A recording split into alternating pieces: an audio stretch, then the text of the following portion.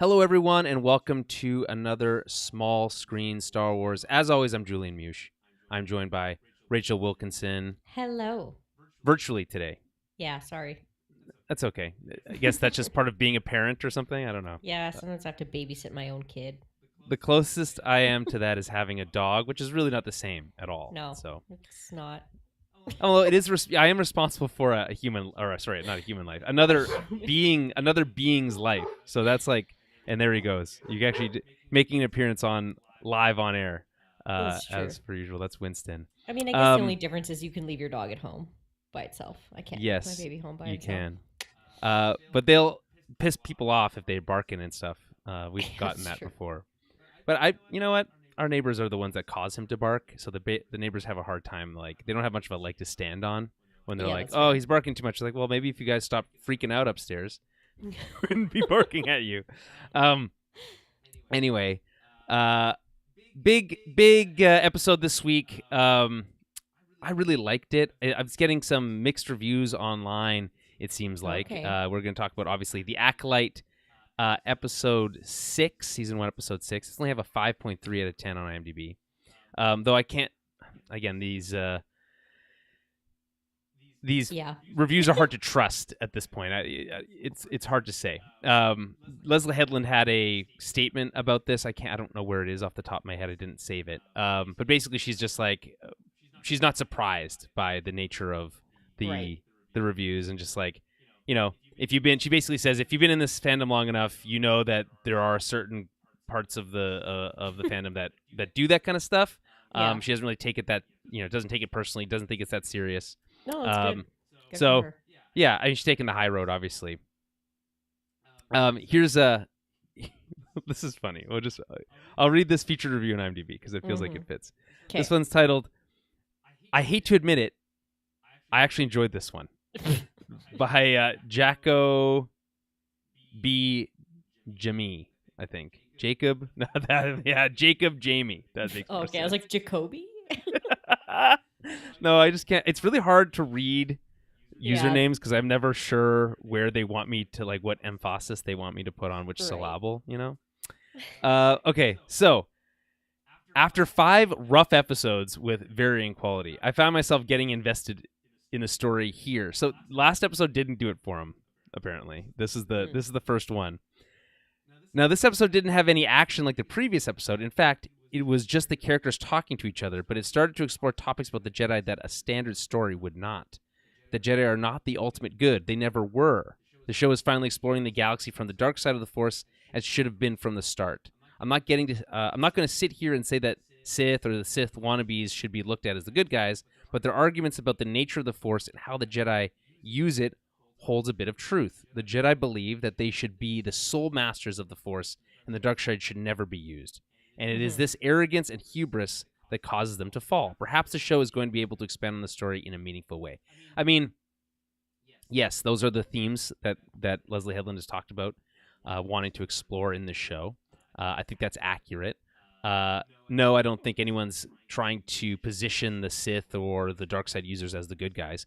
Though I do No. think this episode does a good job of kind of muddying the waters in a good way. It positions the Jedi in a very kind of sinister way this week, while the Chimere comes across as very likable. So Yeah.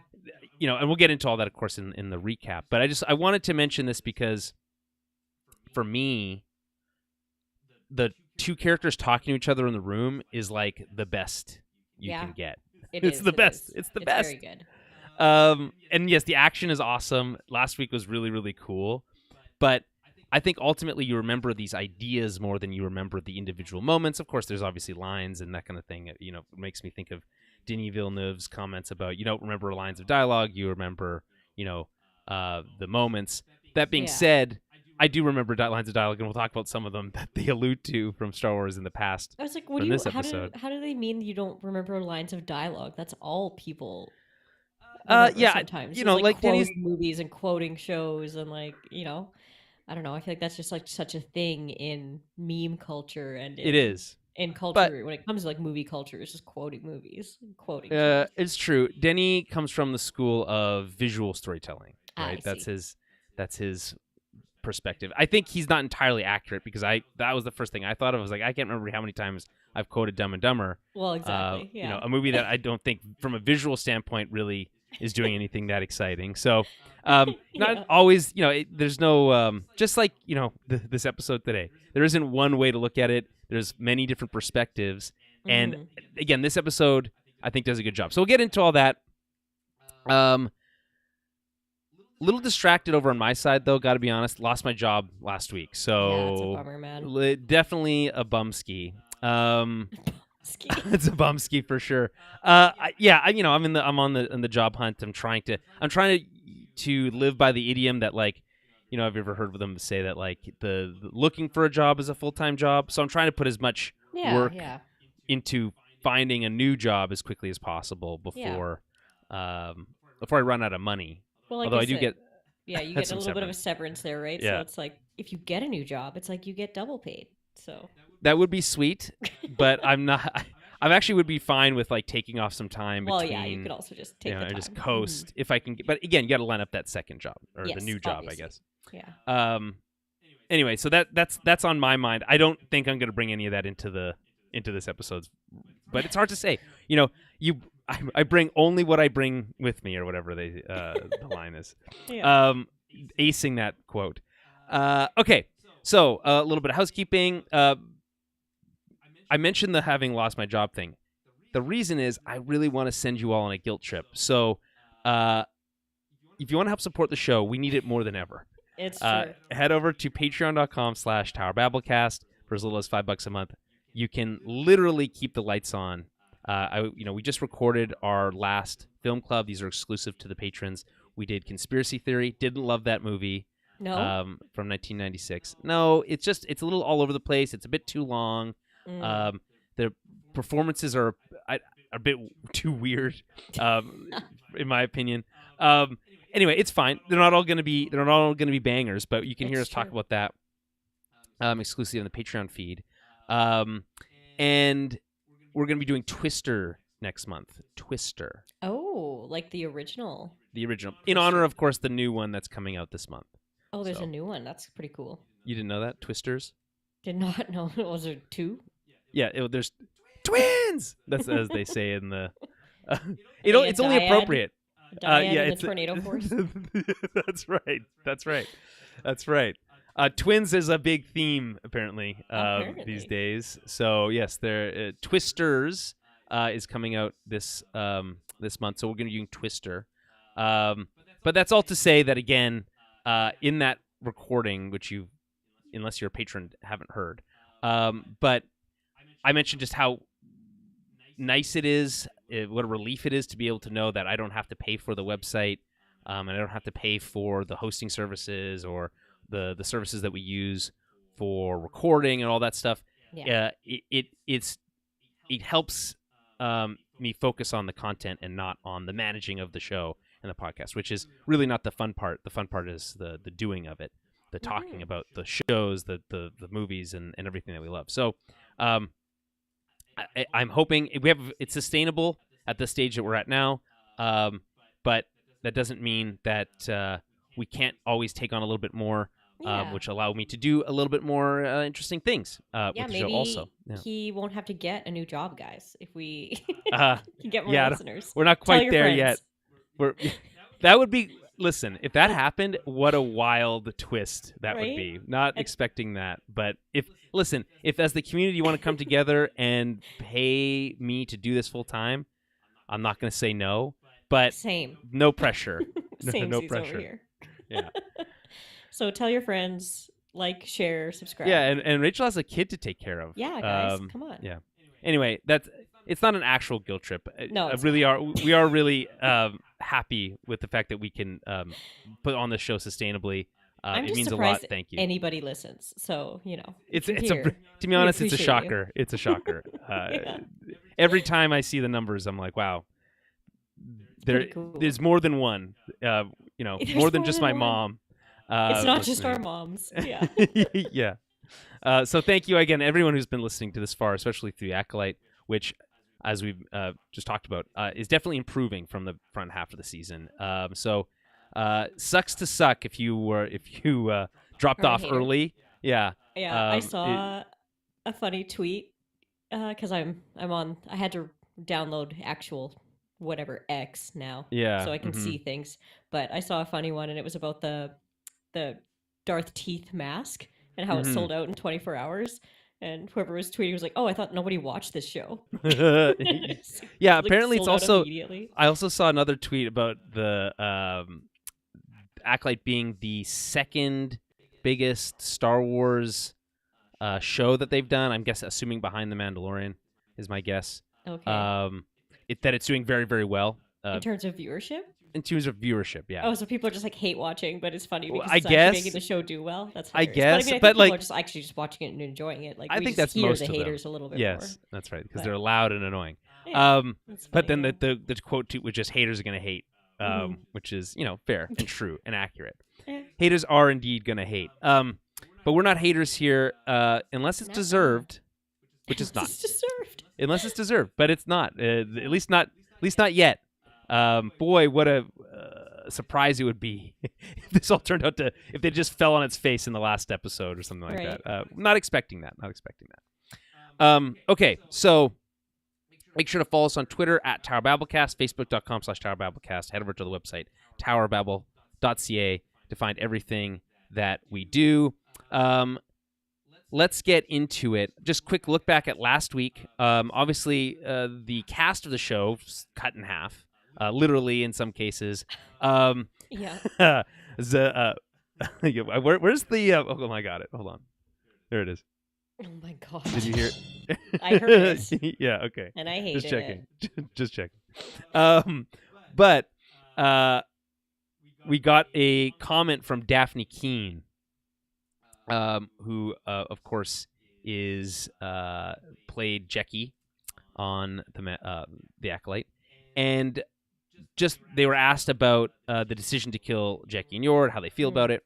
So, quote, "There are so many directors in blockbuster sagas that are so scared to kill off their characters." I know. Do think it's funny. Just this is me interjecting. There was a couple shots across the bow at our friend and yours, Dave Filoni, because I think one of the biggest criticisms that he has, of course, he's got promoted. He's very much overseeing storytelling at Star Wars right now, and deservedly so. But he's really bad for not killing his characters or not being able to, and in fact, to the point where he brings back dead ones. So he's brought back more characters than he's killed. Yeah, and I think I'll continue this quote here, but I think it rings true what they're saying. So she says they're scared to kill off the characters and are so comfortable with bringing characters back to life, and all of these little writer tricks that I think are quite cheeky. Keane said, and I really like that she was actually killing people, because if you're not making it dangerous, then why are we even here? Why are we concerned by the story? Why do we care? So, and we talked about this before, there's more to stakes than life and death. That being said, when people draw lightsabers, that those should be the stakes, right? Yeah. Oh, yeah. She says, continues here, Leslie Headland had such a backbone as a writer to make you fall in love with these characters and then slaughter them all like pigs and be like, yeah, this is our villain. We're not just going to say he's so big and scary. We're actually showing you how big and scary he is. Yeah, I love that. And so I totally agree. Yeah, I agree too. It is a bold thing to hire an actor to write a story that says, hey, this is going to be this really cool character. People are really going to like you, but you're only going to be in half the series, and then you're going to die. So, and I think you can understand why some creators, especially maybe in animation specifically, right, where you're working with a lot of the same voice actors over and over again, that you want to keep working with these actors, so you find ways to figure that out, right? Whether it's bringing Ahsoka back, or it's Maul, or whatever, or we're not just not killing characters in general. Whatever, they're finding some way to escape in some way. Obviously, there is one major death in Rebels that is effective, right? But I think we think about that death, and I'm not going to spoil it here, but I think we think about that death, and we think about the impact of it because it's permanent, and they make a very important point of telling us that it's one of those kind of moments in time that can't be changed, because if you pull them out of that moment, Right. Ahsoka style, then It everything could be just, much more terrible. of course, um, yeah, of course. right? So the life and death stakes do have weight. I think the differences between good and bad versions of that is when you care about the characters or not, Yes, right? of course. And I really liked Jackie Me too. I and know, Daphne me Keene. too. Yeah, But that's the best thing about it, is to have that feeling. So I think they did a very good job all around. Like the actor did a great job portraying Jackie, and the writing made you like her enough that we cared when she died. And like that's a very important thing in storytelling, is to actually give a shit about a character that we just met, a few exactly. episodes ago, dying. Is like, that's great. That's great storytelling, and that's great acting, and I love it all. I just think it's, I don't know, It's kudos good. It's to the great whole team. storytelling. I think that's Yeah.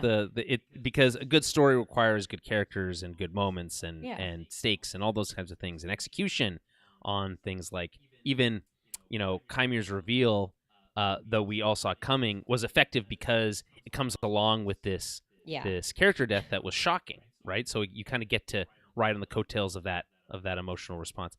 It's good storytelling. So kudos to Daphne Keene on calling this out and making a statement here on that. And then kudos even more so to Leslie Headland on having the cojones to follow through with her vision of, Yeah. this has to be real. We're going to murder these folks. Yeah.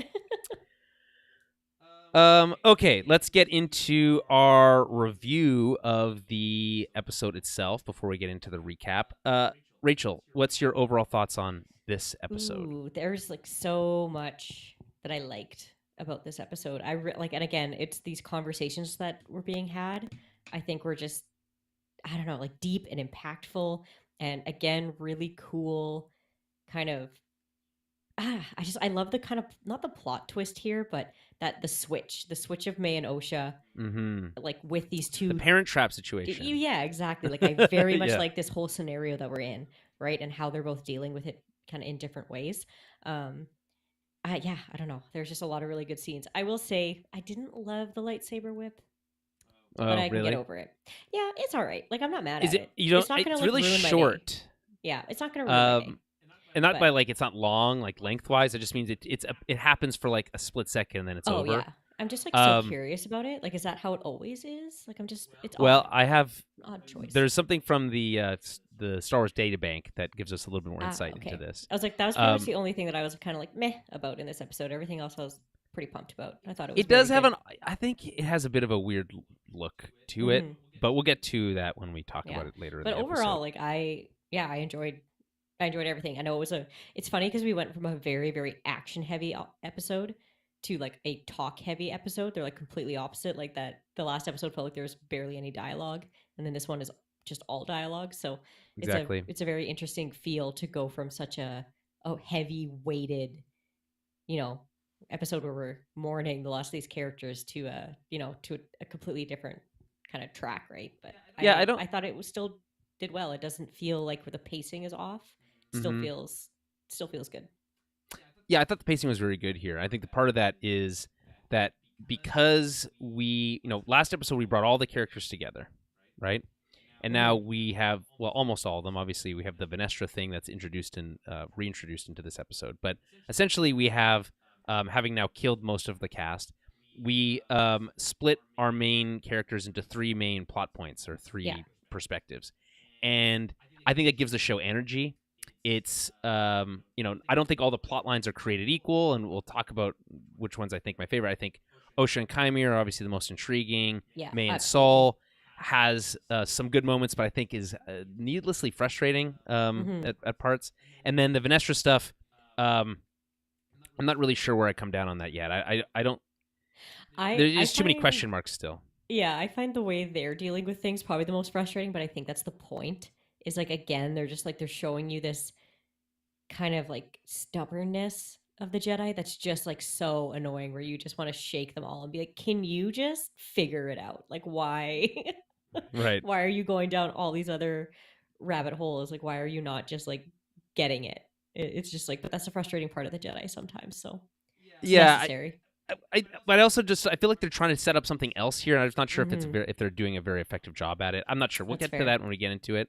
Yeah. Um, that being said, it does remind me of Game of Thrones when it's at its best, which was lots of different plot Yeah. points. Yeah. Like a good middle of the series Game of Thrones, you'd have like you'd switch between one episode would follow three different plot lines, and then you'd jump to the next episode with three different plot lines. Yeah. Right? Yeah. Because you'd have so many juggling. You'd have Well, you have like so many characters. characters So all many. over the map, Yeah. and they're all talking with different people, and yada yada yada. Yeah. Right? And then later, as the series went on, the characters came together, and then you followed Mhm. less storylines.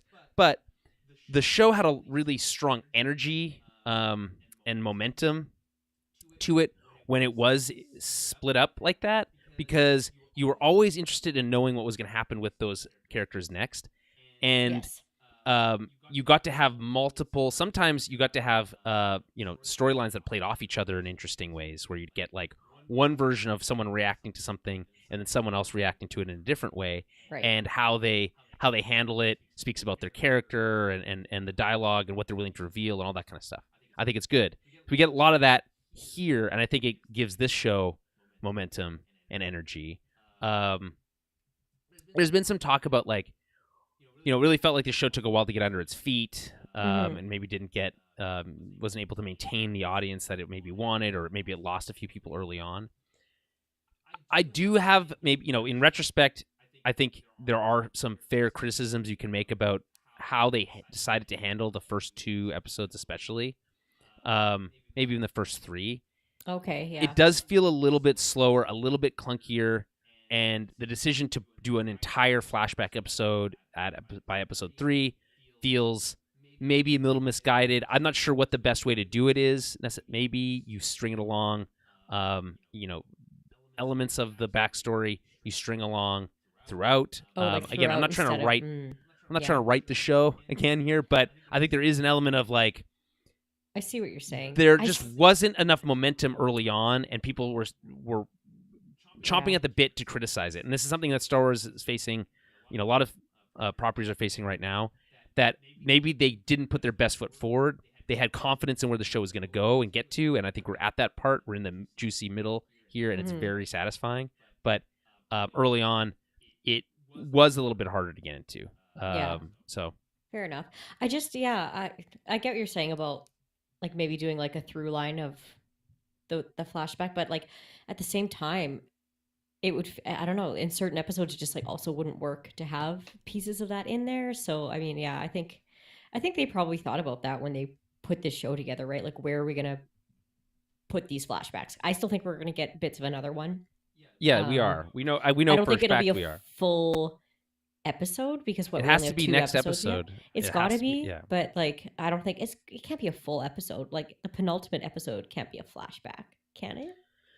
I mean, I guess it technically could you be, can do depending whatever on you what want, happens in but it, I don't but- think it's necessarily a good idea. Maybe a half an episode. This Yeah, stems back yeah. to another criticism that I think is warranted, which is the run times. And this is something that's been bugging me with Star Wars TV for a while. Basically, Right. the only exception is Andor to this, because they have they understood what a TV show is. 32 minutes, or this technically the runtime is 38 minutes here, but when you strip away the recap and you strip away the credits, we're much closer to like Yeah. 30 minutes of actual screen time.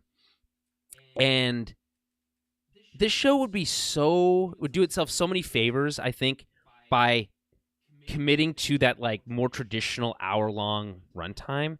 Yeah, I To- agree. Because I think we would have been able to get to some of the stuff more quickly. Like, okay, this is 8 episodes. If they really only had 4 hour-long episodes to tell, or 5, then just do that. Then, like, Gotcha, yeah. you're not doing yourself any favors, I don't think, by we talked about how day and night was split into 2 different episodes. That would have been one incredibly amazing episode if it was one Yeah, episode, that's true. right? Yeah. And the day ends on kind of a partial thought, right? And you get that cool reveal, and like cliffhanger with the stranger, floating in. By the way, found out they shot that in reverse to add a little bit of eeriness to it. Totally think that was achieved. Mission What do you mean they accomplished. shot it in reverse? They shot it, and so instead of him floating down, that they shot it of him floating Oh. away, and Got then they you. reversed it in post, and that kind of Mm, adds a little bit of like weirdness to it. I like that. Yeah, I like that So a yeah, lot. that's cool.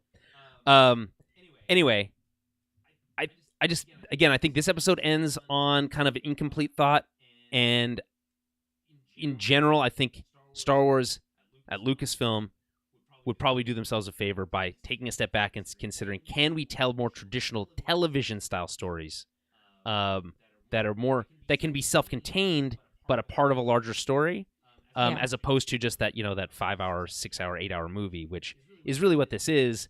And I think it's hurting because of it. When you have a compelling story here and you're seemingly cutting things off at arbitrary points, um, it doesn't feel satisfying, and I think that's just a larger problem with the show. So that's one piece. I get anything else you want to mention about this episode? No, I don't think so. I'm excited to get into the recap. Okay, well, don't get too excited because I have a couple more thoughts I want to mention here. Okay. Um, I think this episode specifically, really had a good job of introducing this air of mystery, to everything. There is this. It reminds me of the prequels. Uh, during the prequels, we know Palpatine is the Sith Lord, right? Yes. And we're ahead of the Jedi. We know more than they do, and it gives us a sense of anxiety that we know that there's this impending doom coming. But at the same time, even especially in Attack of the Clones, especially when Obi-Wan is like uncovering the mystery of the clones and all this kind of stuff, there's just this eerie sense of something isn't right going Right. on, right? And I feel, and it's really hard to put your finger on it, and I think intentionally so. I think they do a really good job of achieving that feeling here. I think a part of that again is that kind of reversal of the musical cues and some of the visual Mm-hmm. cues that they give us between the Jedi and Chimere here. They get just a little bit different than what we mentioned before or what we're used to.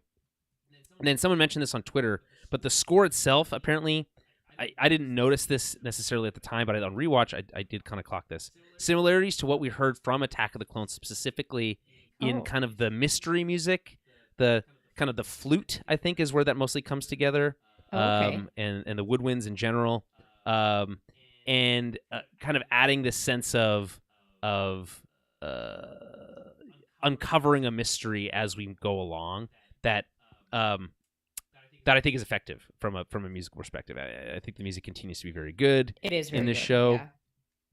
Yeah. I think the performances were markedly better, especially in the latter half of the season. I thought the performances this episode were particularly good. The return of the twin titles. So we got this, Yeah. obviously, episode 6, Teach/Corrupt. I think I like it. It just makes the single title episode stand out even more as being kind of feeling out of place, and really kind of comes back to that. It feels like those should have been one episode together. Right. If Yeah. Yeah. day and night is doing the same thing as Teach/Corrupt. Opposite sides Mm-hmm. of the same coin, right? Um, and now it's kind of like it just really shines a spotlight on that. It's really just, that's the most nitpicky of nitpicks, but I think it's something to mention. What else? I just also think that the kind of and this was mentioned in that IMDb review, the certain point of view Star Wars conceit, right? That it's true from a certain point of view. I think that concept really hits home in this episode. Something that the show has been trying to achieve. Kind of missed the mark, I think, in the first half of the season, but I think is really nailing now. So that works for me. And then this seduction to the dark side thing that May is going through, I think is really fascinating. There was some interviews that Leslie Headland gave around her fascination with the romantic side of the dark side and how it can be seductive. Yeah. Yeah. I think so we get the corrupt is the flip of Teach, right? And when we think of corruption, we think of more likely the Sith than we think of the Jedi. You could probably reverse that. You think of this, that applies same thing to justice and revenge and these kind of twin concepts, but this idea of you can be seduced into corruption is, I think, a really fascinating idea. So they're obviously wanting to explore that. We get some of that here. We'll get into that as we get into the actual breakdown itself as well. And then I also really like Kymir's kind of soft personality here. Again, very reminiscent of Palpatine. You know, thinking of things like the opera scene, obviously the Yes, famous yeah. opera scene. So, and then we have this theory. We'll get to it as we get into this here, but the potential for Venestra potentially to be the dark side twist character in this show, given Kymir's scars on his back. Okay. So interesting theories out there. We'll get into it as we get into the review, but into the recap story. But just wanted to mention it off the top as we kind of talk about it. Just keep that in mind. Okay, let's get into the recap. So again, this is season 1, episode 6, Teach/Corrupt. The logline is, on a distant island, unsettling questions about identity and destiny arise. Although that it's funny because that's just one plot line, but we'll allow it. Directed by Hanel M. Culpepper. This is a long time. This is a black female director from who's done a lot of TV over the last many years. Oh man, it goes. She's been directing since 2002. So Wow, impressive. yeah, So that's on impressive. shows such as Westworld, the Star Trek Discovery, Star Trek Picard, Supergirl, The Crossing, Flash, Lucifer, Gotham. Man, it goes on here. Quantico, Empire, Castle, Grimm, Criminal Minds. Like a lot Ooh, of okay, a yeah. lot of stuff over the years. So and you know the thing that I think is funny here is that a lot of this from the more traditional TV side, on the side of television that typically has a lot lower budgets than you would see in a Star Wars television, they rely on the two people in a room talking to hit that 60-minute runtime that they Yeah. have to hit for broadcast television. So she has a lot of experience with that. I think that's put to good use here. Written by Leslie Headland and Jocelyn Bio. Okay, we start on a unknown planet. We start with some uneasy strings. Lots of strings, has been pretty much throughout the entire series. We've been getting a lot of strings in the score. It's the subtitles say unsettling music. Yeah, I do like so the string score. yeah, It's very good. yeah, it just keeps you off balance, right? Yeah, And so, it's sorry, go ahead. no, yeah, it's just I like it. It's eerie. It's got that horror movie feel. Mm-hmm. Yeah. Did you see any of the theories on what this planet could be? Yeah, I saw one of them. There's something from Legends, and I went to look through Twitter. I ran out of time. I couldn't find it. But I do have it. okay, Here. you have it. Okay. So there is a theory that it's Baldemnik. Baldemnik. Okay, So not familiar. BAL''DMNIC was an ocean planet adorned with rocky tropical islands in the Bakrofsen system of the Arul sector, located within the outer Are rim you reading from territories. Wikipedia right now? No, I'm reading off stuff. Okay. I mean, it could be from Wikipedia, but it's something else. The hostility of its native Conmi species, together with its extremely harsh climate, discouraged most people from ever visiting the planet, despite the beauty of its giant rock cliffs, pristine beaches, and vast azure oceans. It was mostly of interest to cartographers, xenobiologists, and fisherfolk until knowledge of the planet's rich deposits of cortosis, or fell into the hands of Sith lords Darth Tenebros and Darth Plagueis. Darth Tenebrous. Yeah. Tenebros, And yeah. Darth So Plagueis. Yeah, that's, I guess, again, this is, I think, from the novel Plagueis, I assume. the Plagueis novel. Yes, it's in Yeah. that, and it's just in. looking I guess it's here. in the Clone Wars, episode 3 of the Clone Wars. That's the more like, not. Oh no, it says 03 Clone Wars. So the Clone Wars that came out in 2003. Oh, right, the one that's the 2D animated style. Yes, yeah. Yeah, so appearances in Darth Plagueis audiobook, the Tenebrous Way, Star Wars Insider 130, the collected volume, and yeah, Star Wars chapter 22, which is its first appearance. That's its first appearance. So it actually first appeared in the animated series first. Oh, okay. Yeah. It's just interesting. I was like, I'm oh, just looking at it right now. Yeah. Interesting. Okay. So I think that's a very, given its connection to Darth Plagueis, I think it's very likely that this is where this is set. yeah. Well, that and the cortosis, because I feel like she at Yeah. one point looks at the wall and there's like, it seems like there's cortosis there, but I could be wrong. Yeah. No, there is. There's a cortosis vein in this cave Vein, that yeah. they're in. Okay. Yeah. Yeah. Um. I I don't know. I just don't have enough background on that to say. I think I think if you're a more casual Star Wars fan, the first thing you'd think of is Octu, right? Octu, yeah. Yeah. Which obviously we know from the prequel or the sequel trilogy, where Luke was hanging out. And I think even so much like to the point where the little creatures kind of look like the much bigger creatures. You know what I'm talking? When Yeah, Luke yeah, goes yeah. and milks that weird Oh, looking thing. gross. Yeah, that's Yeah. true. Yeah. They kind of look like bigger versions of the little creatures we have here. By the way, That's those so little funny. creatures, they're called Skura, and they're designed to be a cross between an anteater and a duck. They're cute. They are. This is from the databank. Foraging among the rocks of an unknown world, the Skura use their long snouts to find sustenance on the shores of an island retreat. Yeah. So they are really cute and really, I think, another great example of when Star Wars can really do creature design really well. And especially in this, what doesn't look CG, I think these are some form of animatronic type thing. It's cool. Yeah, they're very cute. Puppet. So Unknown Planet, I think you're more likely correct that it's Baldemnik. But I think there's still an outside chance that it is Octu. I think there'd be something interesting about this idea that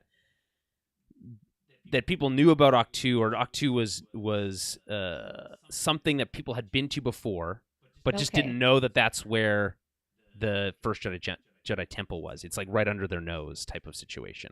I like that idea. Although again, this idea of it being connected to Darth Plagueis and his master, Darth Tenebris, I think is probably more interesting from a lore perspective. But I guess from a casual fan perspective, it'd be cool to know that this was the same planet that Luke was on. I don't know. Do you think that makes the world too small, though, it being Octu? It would have to be a good reason. They'd have to give I a agree. good explanation for why that was. And if it was like, oh, it's a nexus of the Force type situation, Yeah. then I think you'd have to figure out a way to explain why they didn't know about the dark side cave and the island that Luke was on, et cetera, et cetera.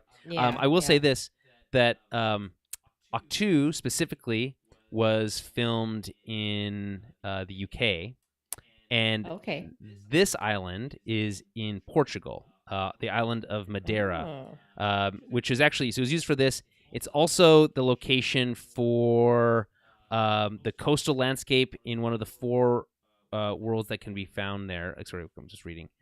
Including establishing shots of Ueda from the first episode and the bridge on Kofar. That they've used it for multiple things. It's good, multi-use location.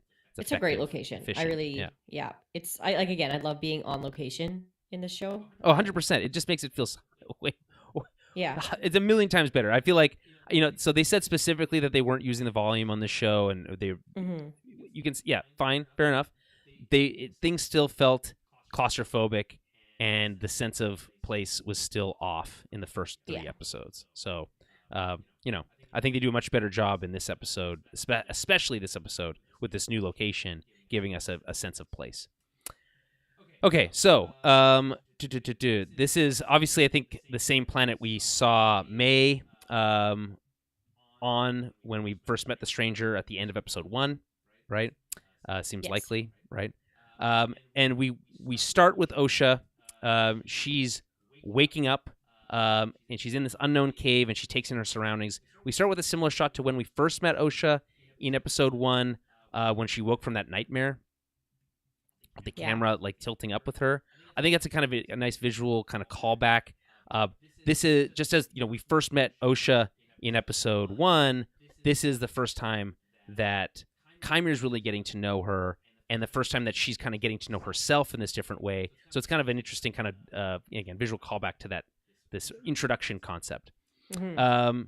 She rehydrates herself with some water from a canteen, and then spots a small creature, as you mentioned, the skura, which leads her to a bag of May's clothes, and she's like, "Oh, what the heck?" She sees her boots, some knives. She grabs one before venturing out of the cave, and as the strings pick up, I thought this is really cool. And the camera pulls back to reveal that she's on an island before cutting to the title card. It just kind of like raises the suspense a little bit. Yeah. As she kind of goes dun dun dun dun, where am I? That's kind of the sense of it. So it looks like Act 2, as we mentioned, but probably not. And then I think it's important to note that the show specifically calls it an unknown planet. Yes, of course. So Yeah. I think Could just be it's another funny that they place. had to do that because, to me, they set the precedent that they're going to name everywhere that they go. Right? Right, They're going right. to use the subtitles. They're going to provide that That information one's to us. secret. But this one's secret, so it's Yeah. unknown, right? Or maybe it's no name. Maybe it's just could be. a no name planet, That's undiscovered, true. Yeah. right? Did you notice though? We thought that OSHA had been force healed in the last episode, but she's Right. not healed. Well, She's bandaged. she has a bandage, but there is some force healing that happens in the last fair episode. enough. I go back and look. It happens. I just don't. Maybe Okay. he's not able to like fully heal it. Maybe there's some. But he or can like keep her from dying or something. Yeah. well, He didn't want to give her too much of his life force. Just a little. mhm. Just a touch. Well, exactly. It's still gonna hurt. The wound is still gonna hurt. It's Exactly. just not as severe. Well, it's not a gaping wound anymore. She's It's obviously just a able to flesh move wound. around pretty good. Yeah. Yeah. So the Star Wars databank has this to say about the unknown world. On an unknown world, the high tides and general seclusion of the planet makes for a perfect hiding spot for training in the ways of the dark side. So, is it Baldemnik, which is known specifically for its cortosis stuff? I guess maybe this is when they discover it, maybe for the first time. But I don't know. There's just a lot of questions about this. Hopefully we'll find out more. I don't really have anything else to say about that. Okay. So we see Chimere / May's ship. This is, by the way, the name of that ship is the Exile 2, which is a cool name. It's parked out on a rocky outcropping just offshore. May continues to take in her surrounding, but spots Chimere walking away, going for a bath, as we'll find out. Any thoughts on this opening sequence? Yeah, I mean, I found it interesting because honestly, if I were OSHA, and I mean, maybe it was the circumstances of her getting knocked out, I wouldn't necessarily like immediately assume that I was in like danger. Like I would be like, oh, Saul saved me. Like he just took me Sure. to a safe spot, right? But I do like how she's like immediately kind of on edge. Yeah, it's good. Like the strings are really good. It's got that creepy kind of horror film, and I kind of also just really enjoy how like nonchalant he's being. Like Oh, yeah, Chimera totally. the stranger, he's just like slowly walking away. It's just like it's just very cool how she feels the need to like stalk him. It's like he 100% knows that you're there. Like it's just like he's not Oh, yeah. obtuse to the fact that you're there. He's like literally leading you, right? So Yeah, I mean, the whole thing with Chimere in this episode is that he's putting on airs to some degree. yeah. And he has to kind of play the role of the unassuming, Yes, of course. He does. unthreatening individual, right? Despite the fact that she recognizes that he just killed all those Jedi, right? So I think Of course, yeah. his ability to disarm her, emotionally, is pretty masterful. Yeah. Oh, and yeah. and we'll get to that as we get into that scene. But in general, he's doing a lot of misdirect in this episode that I think is very effective for him, and ultimately helps kind of create this some sense of comfort that she's able to get Yeah. later in the episode. It's really fascinating. We'll get into that. Okay, so we go to Kofar, the forest planet. Sol is taking off and sending a message to Coruscant. I feel like the timeline here is a bit weird because we start with May waking up on that planet, Yeah. How were they able to leave so much faster and get back so much faster before? Because we ended last episode with Sol and May getting onto their ship, and Chimera and Osha were still on the planet. So Right. it just feels like a bit. I don't Yeah. necessarily think these things are happening at the same time. No, You know no, what I I don't. mean? They don't have to be, but I think it No, just but given if you went from the last episode right into this episode, it'd I be a get what little you're saying. jarring. Yeah, that's fair. So okay, so we're on Kofar. Saul's taking off and sending a message to Coruscant at the same time, but the connection is spotty. By the way, there's another thing that I did a deep dive into the Star Wars databank. There'll be a few of these. His ship is called the Polon, which is named after a friend Leslie Headland had who passed away before the premiere of the show. Oh, So that's sweet. yeah, I was gonna say I did like the ship. I always like when ships like detach. click in and detach. I think they're really cool, and this one especially has a very neat design. The way it Yeah. clicks in like that, it's not just like a little shuttle. I don't know. It seems like the whole ship just like splits in half. I kind of like it. Yeah, I think it's super cool. More interesting ship designs are needed in Star Wars, in my opinion. So, okay. He sends this message, Code 0, there's been my whole team is dead. Yeah. He just skips right to the point. What I really like here about, in this episode specifically, is Lee Jung Jae's performance. I think he does a lot with very little. And he's clearly, obviously very flustered here, and it comes through well.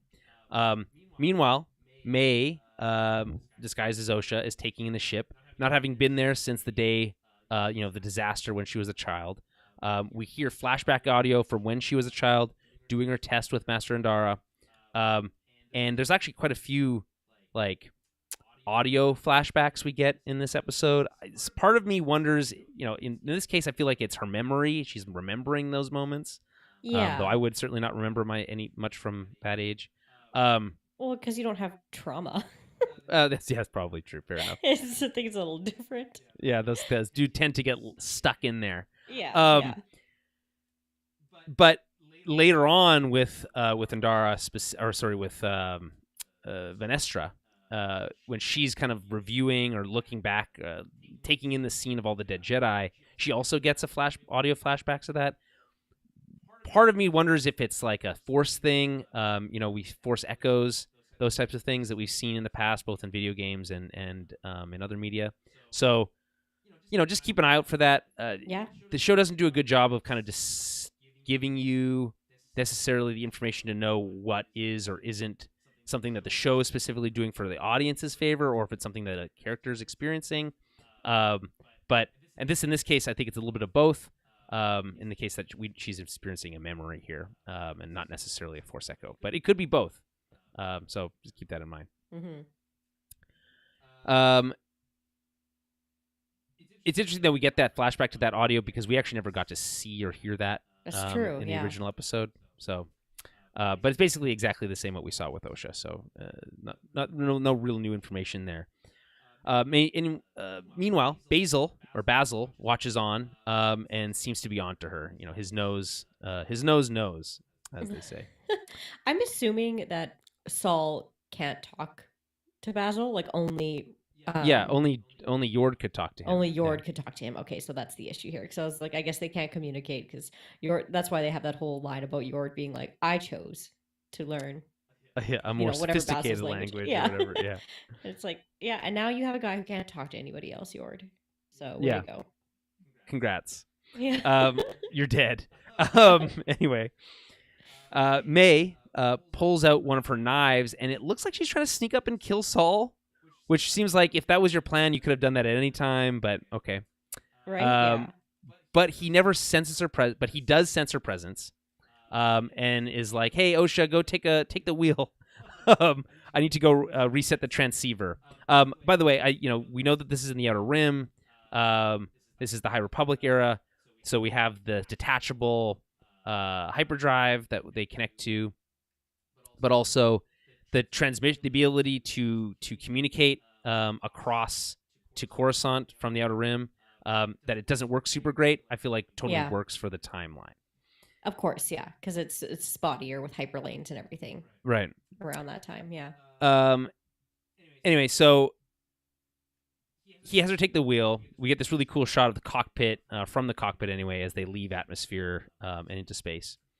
And then I guess the question becomes, if he could sense that OSHA was there, could he not sense that she was not in fact OSHA, that she was May in the whole I know. time? I was thinking the same thing, but I guess maybe he's too distracted by everything that's happened. You know what Yeah, I mean? Like, so there's a so it's like clouding his judgment, right?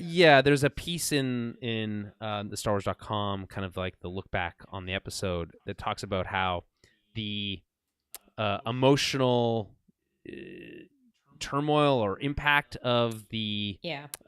last, what happened with all the murdering, has clouded his judgment, or has clouded his ability to Senses. sense things in the Force. Obviously, he kind of like starts figuring it out later. We don't really get the exact moment when he figures it out, but he obviously hasn't at this point. But I guess the No. question is, maybe, does he already know and is just playing along? I don't think he knows just yet. I feel like he to me, I kind of thought he clicked in on it when The she Pip asks stuff? him. It's not the Pip stuff. She's asking him a question later on, and it's about. It has to do with about whether or not he has like told her the story about what happened yet, right? Doesn't Oh, she right. ask him Yeah, that's the something same. Yeah, weird? it's the same. It's that same conversation. Yeah. Yeah, I think it's kind of like right in there that he sort of clues in, like they're kind of having a bigger, longer conversation. I think he's like, "Oh, you're not Well, OSHA." yeah, because everything they've been doing, everything that they do is like in short little interactions, Mm-hmm. basically. Yeah. So he doesn't have a long time to like sit and No. think, and like we understand that it seems like he's able to read people's minds, specifically Right. Saul. That's an ability he has. So if he was doing that to May, he'd immediately recognize Oh, of that course. that's Yeah. going on. Yeah. Jonathan Davis in the chat saying hello. By the way, I didn't mention this. I meant to. We are live every Wednesday for this, YouTube and Twitch. If you're not subscribed, go do so. Click subscribe, and you can watch. First of all, you can watch us live, and then because obviously typically we only do audio podcasts, and join the chat and be part of the conversation. Okay, so good to have you here, Jonathan. Okay, so. I agree. I think that is when he senses or figures it out, but it is interesting to kind of clock or note the kind of the times when he doesn't. Anyway, down below, Saul has a bit of a mentee bee, a little bit of a mental breakdown, TB. as the weight of last week's events kind of really sinks in. Oh, yeah. I really liked this moment. I think it's a I wouldn't say restraint, but it's something that I've been saying for a while that I wish these Star Wars shows would spend more time on, which is just character beats Yeah. that Yeah. give us insight into people's feelings and emotions and thoughts. There's no dialogue here, right? He's just kind of letting the emotions wash over him. We're so used to Jedi being kind of this emotionless robots at times. We made the comparison to how they're very similar to Vulcans in that way. Yeah. And Saul has been always, the entire time we've known him as a character, has been quite the opposite, and he's seemed to be much more not emotionally driven, but open to feeling and Yeah. experiencing those. Which And I think, personally, go ahead. I like seeing that. I like seeing a Jedi, especially a Jedi Master, have a little bit more of those raw emotions, and you see those feelings because, like, yeah, like he just watched like his Padawan and former, because I believe wasn't Jord a Padawan of his too? If not, like, No, I don't think so. but anyways, But he's yeah, watching these. They're kids, like based still, teenagers, whatever, getting slaughtered in front of him. Like yeah. that should affect you, regardless of not feeling attachment. That should still affect you in some way, and it is like nice to see like real emotion, Yeah, even though Jonathan. he's obviously stifling it a little bit. But Yeah, Jonathan makes a good point here. He says, "Yeah, episode 5 would be a lot to deal with for Saul." exactly, And he's a pretty warm Jedi in Yeah, he is. general. He's very warm. I like that. Yeah, and I think we talked about this earlier in the series where he reminds us of Qui-Gon in a lot of ways. And speaking of Qui-Gon, there was this really cool piece of artwork that was being shared around on Twitter this last week of Qui-Gon if he was a general in the Clone Wars. Oh, that's cool. It was really cool. And the question was like, would he have been a general or would he have supported the war? And the answer, of course, to that question is no. No. He would not have. He would either have secluded himself, or he would have, would have made a bigger stink about not supporting that initiative, or would have been more active in preventing that outcome in the first place, right? Preventing the war from starting at all. Absolutely, yeah. But if you see it, it's just a really cool kind of like what if artwork piece. Anyway, so I think I shared it or commented. So if you can at Tower Babblecast, you can probably find it in my feed somewhere. Okay, so yeah, he has this little mental breakdown. He's letting the emotions wash over him. He punches the desk. So there's anger, sadness, obviously, maybe a little bit of fear, regret, and uncertainty. You can kind of see that all on the actor's face, Lee Jung-jae's face. And again, just need to give kudos there. It's a great performance with no dialogue. Yeah. After Saul leaves, though, Basil emerges again, this time with Pip's head, looking for kind of like a slot to recharge it, which he figures out a way to do. It is very cute. It's funny to like spend these little moments of like him finding a chair and like looking for the right logo to so he can figure out it all. It's just like it's a fun Star Warsy thing to do, which is to like distract from the main thing with like a cute droid or creature of some kind doing something. It is. I also I don't know. I especially just like that just feels so familiar. Like if you have a piece of tech and you're like, oh man, I gotta find a charger for this. It's like something like either if you find like an old phone or an old camera and you're like, oh man, I gotta figure out how to charge this again.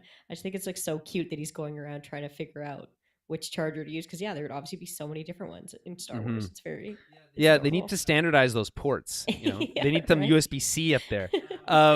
So Jonathan says I liked the otter. Yeah, speaking of he Basil, does look like an otter. And asking do we think the Green Jedi, I assume he's talking about Venestra Rowe, is Sith? Again, this is a theory. We're going to get into that a little bit later in the episode, but spoilers, I guess, for my thoughts on that.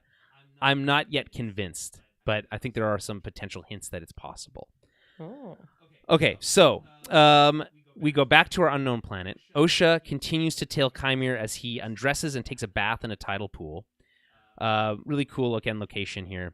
We see for the first time, shot of his scars on his back. Yeah. And I guess this is as good a time as any to get into that, and good time to bring this up, Jonathan. So the theory is that the scars on his back look suspiciously like something you might get from a whip. Right? Oh, that makes so much sense. I thought it was from like a Sith, but that makes sense that it would be from a lightsaber whip. So I think more likely, here's my guess.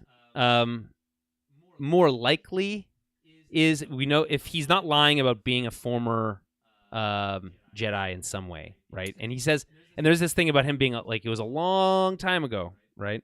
Right. I'm not entirely sure how that what that means and how that works. We'll have to get into that as we get to that moment. But depends on your species, I guess. Yeah, but he's a human, so yeah. How does that work? Anyway, so maybe it's assumed that he's able to use the dark side to keep himself young, and all that kind of stuff. And he was a former Jedi at one point.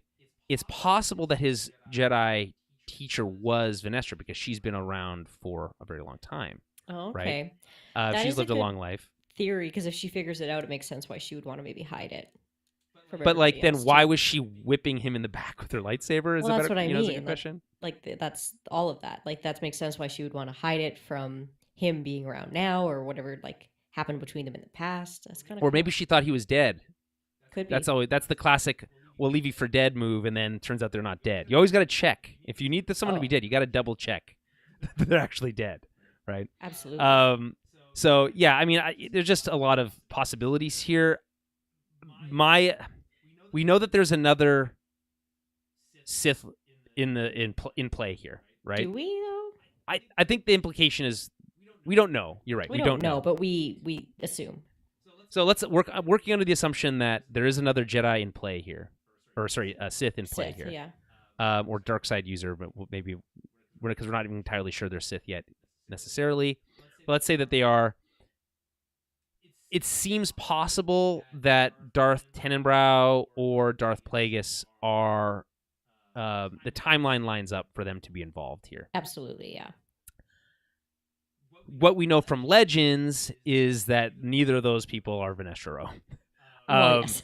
That being said, crazier things have happened, Yeah. and I certainly wouldn't call it a lore breaking to make like a change like that. We don't know how Vanessa dies. We don't know her future, and we don't know, we don't know anything about Darth Tenenbaum's master or anything like that, right? So, Right. it's possible that she fills that role. It's weird to me if we're going to introduce another character at this stage with only 2 episodes left that we Yeah. haven't met before to be a big reveal. Like, oh, unless it's Plagueis, in which case it would have a lot of impact for the Star Wars nerds in the world, Of course, right? yeah. Who know that that's Palpatine's master, and we've heard his name in the main movies and all that kind of stuff. Unless that's the reveal, I feel like it has to be someone we already know. Right. And at this point, Vanessa's the best guess. So, I don't know. I feel like even if she's the reason for that scar, I don't think she necessarily has to be a Sith to have given him that scar. no, I agree. I agree, but it does seem weird that a Jedi would It do does. that. It does. But it could be just another regret. Mhm. What we learn about the Jedi is they have a Well, lot of regrets that they yes. often like to bury down deep and never talk about again. Exactly. So, yeah. Okay. Right, and then Jonathan mentions that there is a witch in Star Wars that has a mouth that looks like his helmet. This was the character that everyone thought. Well, she's kind of like a dark side god. I'm trying to remember the name of this character off the top of my head, but that has this like big, wide mouth with like sharp teeth in it. You're not talking about like one of the Night Sisters, are you? No. This Oh, is a okay. character from Legends also.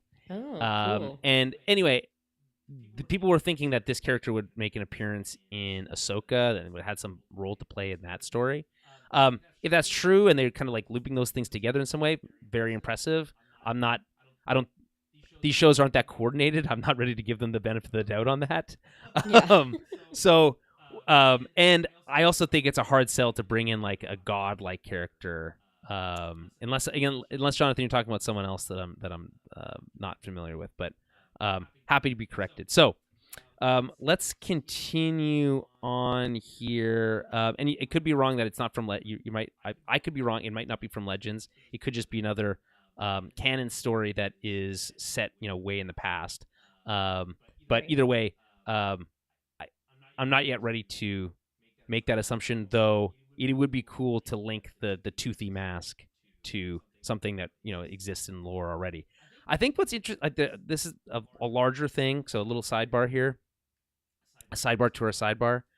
I think it's a tricky tightrope to walk for Star Wars right now, especially for something like the Acolyte or even Ahsoka, because there is a certain part of the fandom, there's a certain desire from Lucasfilm, it seems, to canonize things from Legends, or Like partly. re-explore idea in certain ways. Obviously, Thrawn's a great example of that, but re-explore, even I guess technically the whole or thing here isn't also technically canon, but it was recanonized after the Cortosis thing. It was recanonized after the Legends switchover.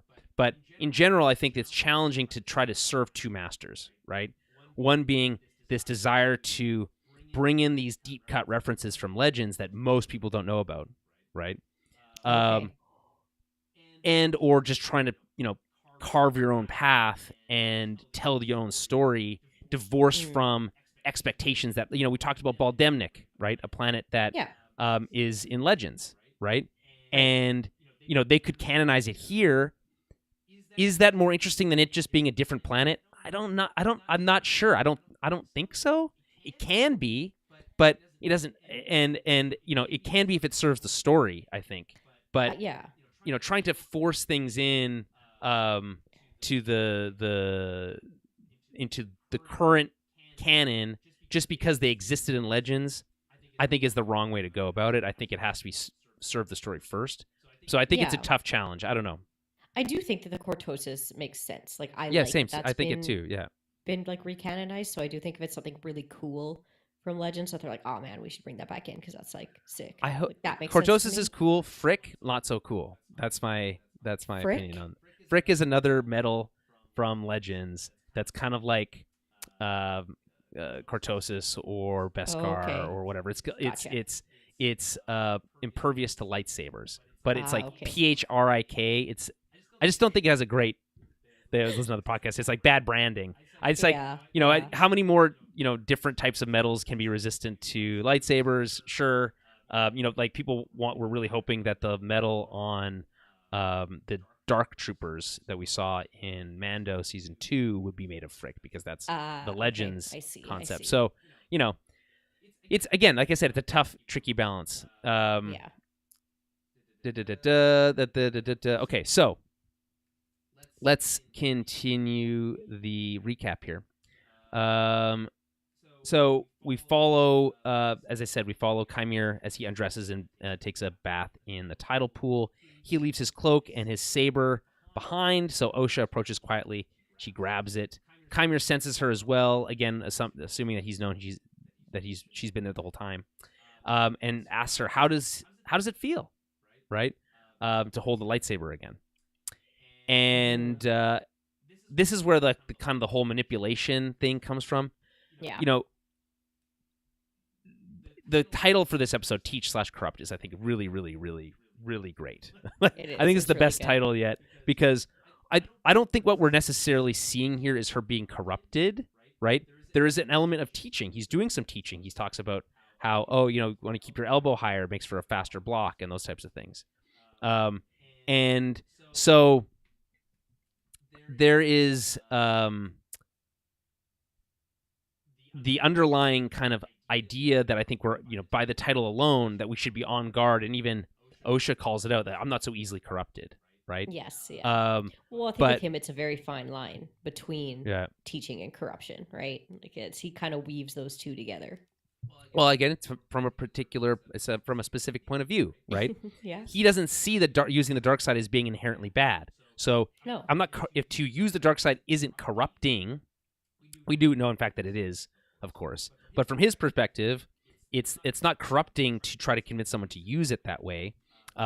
It's just I'm just teaching another perspective or another methodology, right? Mm-hmm. So it's interesting. But here specifically is where it gets all going. So Chimere makes some small talk. There's a lot of like small talk. Reminds me of when he was chatting with May on Kofar on the way to the forest or in through the forest.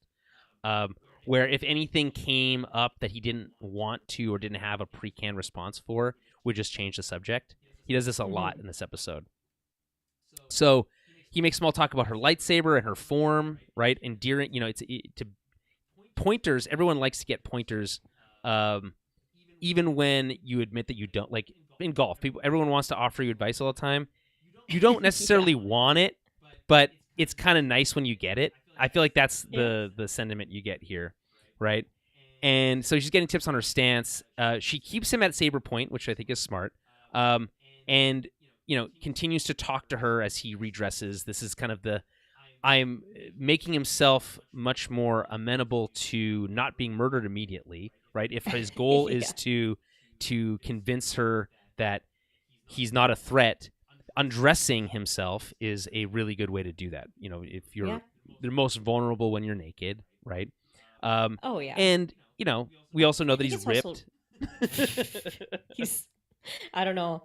Every episode, this dude's getting better looking. So yeah, I think it's too like it's just the aura of him too, though, because he's so quirky and like weird and kind of like weaselly in the first few episodes, right? and then now he's a lot. It's just different. Like it's a complete like personality change, obviously, because the other personality is not real. Um, but yeah, no, I really enjoyed the way he talks to her when he's saying like, "Oh, you're wondering if it's okay to whatever kill me if I'm unarmed, right?" And then he's like, "Now you're wondering if I can read your mind." He's like, "I can't." I Right. really enjoyed that little like bit that he did there. Well, it's actually it's I think it's one of the best parts because he says, seemingly reading her mind, he talks about whether it's honorable to kill him now after the Hmm. fact, right? He's like, Right. hey, in the heat of the moment, it's just, it's reaction, it's honorable, it's the right thing to Hmm. do, right? Defend yourself, right? Yeah.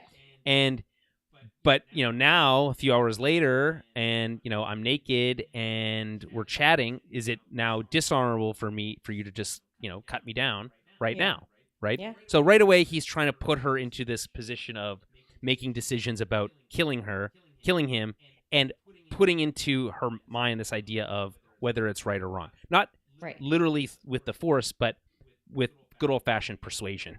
um, and he continues to explain that in fact it's not that he can read her mind, but, and I love this, anger portrays your thoughts. And this is something that we've heard before in Star Wars. Specifically, if the most similar line to this is Vader in the throne room saying to Luke, "Your thoughts betray you," right? Hmm. And what Yeah. does he say next? A sister, which is A great. sister. I always Yeah. loved that line. Um, so there's this general sense in Star Wars that when you don't focus yourself, that there are vulnerabilities that can be detected by other Force users, right? And Yeah. I like that idea coming to a head here, right? But again, trying to make her feel comfortable with it as a concept, right? Osha, wants answers. She spends a lot of time asking questions in this episode. She actually doesn't get a lot of answers to those questions. Instead, they're twisted into responses that serve Chimere's purposes. So, Osha wants answers. Why bring me here? Why not kill me? Am I supposed to be your prisoner? That's 3 questions, technically, right? His only response to that is prisoner. You're the one with the weapon, right? Again, trying to flip this concept Yeah. that you weren't in fact kidnapped when in fact you were, right? Yeah. Um, and doesn't answer why he brought her there, why he didn't kill her, right? And so, she continues, did you kill Soul? Did you kill May? Right? Answer no to both, right? But he does mention, and then again, this kind of like picking at her, the way she's thinking, or how her perspective, right? Because he says that he's surprised that he'd ask about her former master first, right, and not her sister. But it's really underhanded because she's waking up, she's confused, she doesn't know what's going on. She just saw a lot of her friends murdered. She doesn't know the fate of those people, and never mind the fact that up until a few days ago, she assumed that May was dead. So, Yeah. asking about her former father figure first isn't inherently a bad thing. But the way that Chimera positions it, she should be ashamed that she's not thinking about her sister first. It's another way to keep her off balance. Yeah. Um, Yeah. and again, brilliant from his perspective.